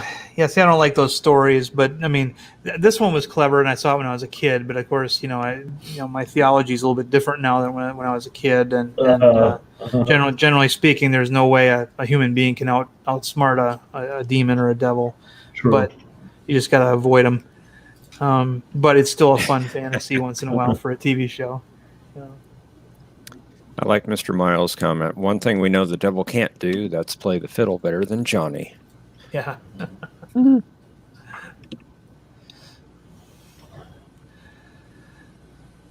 New Twilight Zone also had another short too that was pretty good. It was where this little boy was studying for his big test. It was a government test that every child has to take at the age of 12, and he's really worried about passing. He's studying, and his parents are looking worried. And his best friend took the test and said it was easy, and he passed it and whatnot. Mm-hmm. And so they take him into the test, and the parents are worried, and they take him in, and the parents have to go home. He's going to stay overnight at this testing facility, and they're pacing back and forth in their kitchen, and then they finally get the phone call, and it's an automated call saying, "We regret to inform you that your son's scores were exceedingly high, and that he was executed painlessly by lethal injection." It's like the idea was there that the test was to make to make sure that the populace doesn't get too smart, and it was one of those. It was a revival of a classic Twilight Zone villain that often made its presence felt in the episodes, and that villain was called the State. Yeah. Yeah. And that was Invisible. Mm-hmm. One of those. Yes, Invisible. Yes. Yeah. So this guy is basically rude to all of his coworkers, and he gets tried and convicted of being just a generally rude human being. So they put this ugly kind of thing on his forehead. It looks like almost like a welt, like a crater. Mm-hmm. And he doesn't know what it's about, but basically that he becomes invisible for 1 year, which means that nobody can talk to him, nobody can interact with him, and he can't get medical attention when he gets hit by a car. He's just he has this rough life, and then a year goes by, and they come and they remove it, and he's a much nicer person now. But he runs into a woman that he had encountered while he was himself invisible, and she's got the same punishment. And he, takes pity on her, and in front of all the seeing eye robots, he looks her in the eye and says, "You're not invisible. I see you." And he hugs her, and all the robot eyes kind of swarm around them, and threaten to and then the way the narration ends is that he had to do another year of invisibility, but he wore the scar on his head with pride the second time around. So it was a pretty good little one.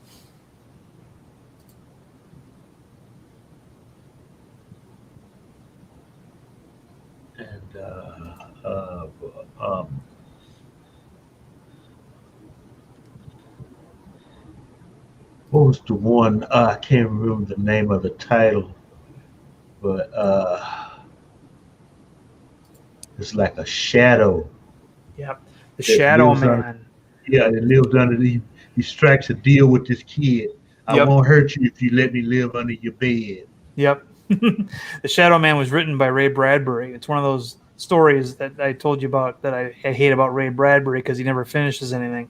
And that episode was very much like that, where the Shadow Man lived under this kid's bed, and he had a deal that he wouldn't harm him, but and then something I think what happens is the town bully picks a fight with this the nerd kid, and he tells him that we'll meet in the park after dark, and of course there's a curfew because the Shadow Man is out there either hurting people or killing people. I can't remember what he did. I'm pretty sure he killed people. But they're both in the park, and of course the nerd kid has no fear because he has nothing to fear the Shadow Man. And then the bully shows up, and then the Shadow Man shows up, and the bully runs away, and the Shadow Man approaches the kid and grabs him by the neck and holds him up into the air. And I can't remember if it's where the Shadow Man lives in somebody else's bed now, or if it's a totally different Shadow Man. I don't remember. No, it's a different one. He lived under somebody else's. It was a different Shadow Man. Okay, yeah. So there was more than one, and it never occurred to him there could be more than one.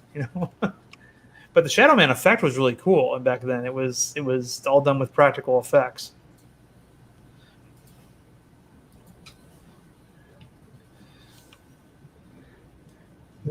Okay. We've just about done every show not from the 80s. Hell, we started in the 60s. Yeah. Yeah. Well, okay. So in the 70s, there was Rod Serling had another show called The Night Gallery, Yeah. which was more macabre than anything else. And the best one, in my opinion, was the pilot, which I don't think actually aired when the show aired originally, but it was included in the syndication package on Sci-Fi Channel, and it was where Roddy McDowell plays a guy who's set to inherit his uncle's fortune, but his uncle won't die yet, and he puts him in his uncle is in a wheelchair, and he locks the wheelchair in front of an open window when the cold air blows through, and his uncle dies. And his uncle's butler,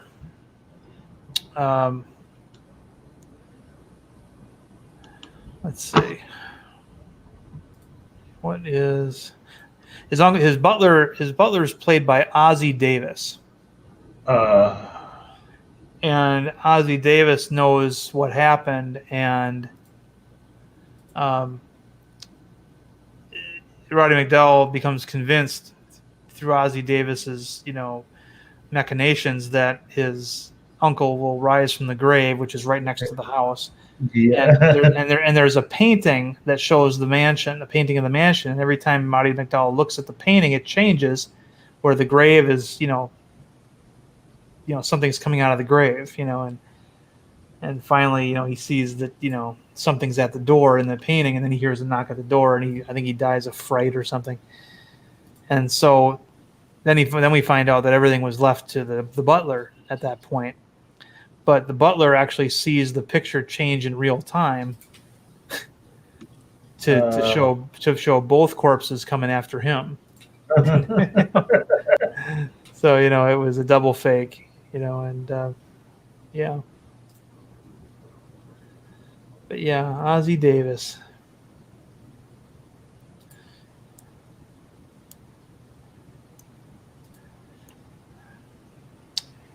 I always remember him from Joe versus the Volcano. Or more recently, what was that? Bubba Hotep. Yes, where he played John F. Kennedy. They dyed me the wrong color. Yeah, I know. Yeah. Jack Kennedy was a white man. They dyed me this color. They took out a piece of my brain. I got a little bag of sand up there now. It's like,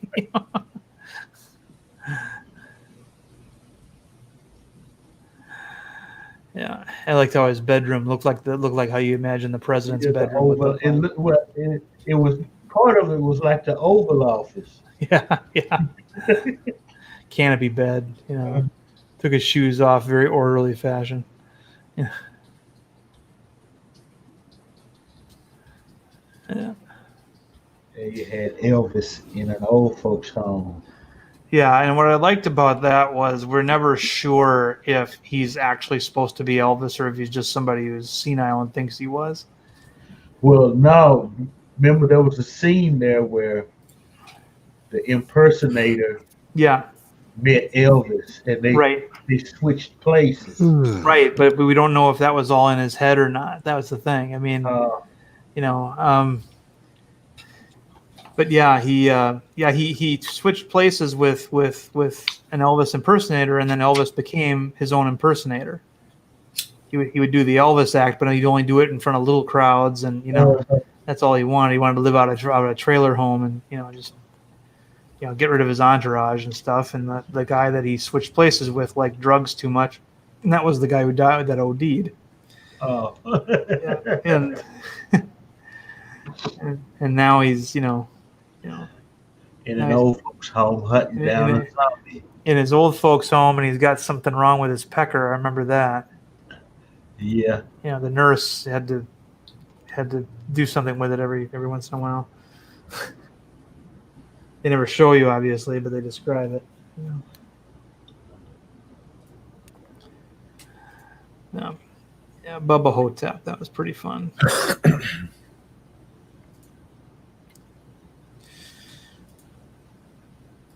Oh, I think I'm ready to close down and go to sleep. All righty. I think I'm ready to go to bed too. I'll see you guys later. Thanks Oh, for yeah. popping up here, everybody. Thanks for Oh, popping in the chat, folks. Yep. See ya. Thank you, DJ. Deej. And thanks for the downvote, whoever did it. And- I thought I'd have some more because while you guys were talking, I had a whole bunch of Antifa nerds I was playing with. I figured they would have came over to the stream, but no, apparently they're too stupid to figure that out too. Oh well. Have a good one, folks. all right, later, man.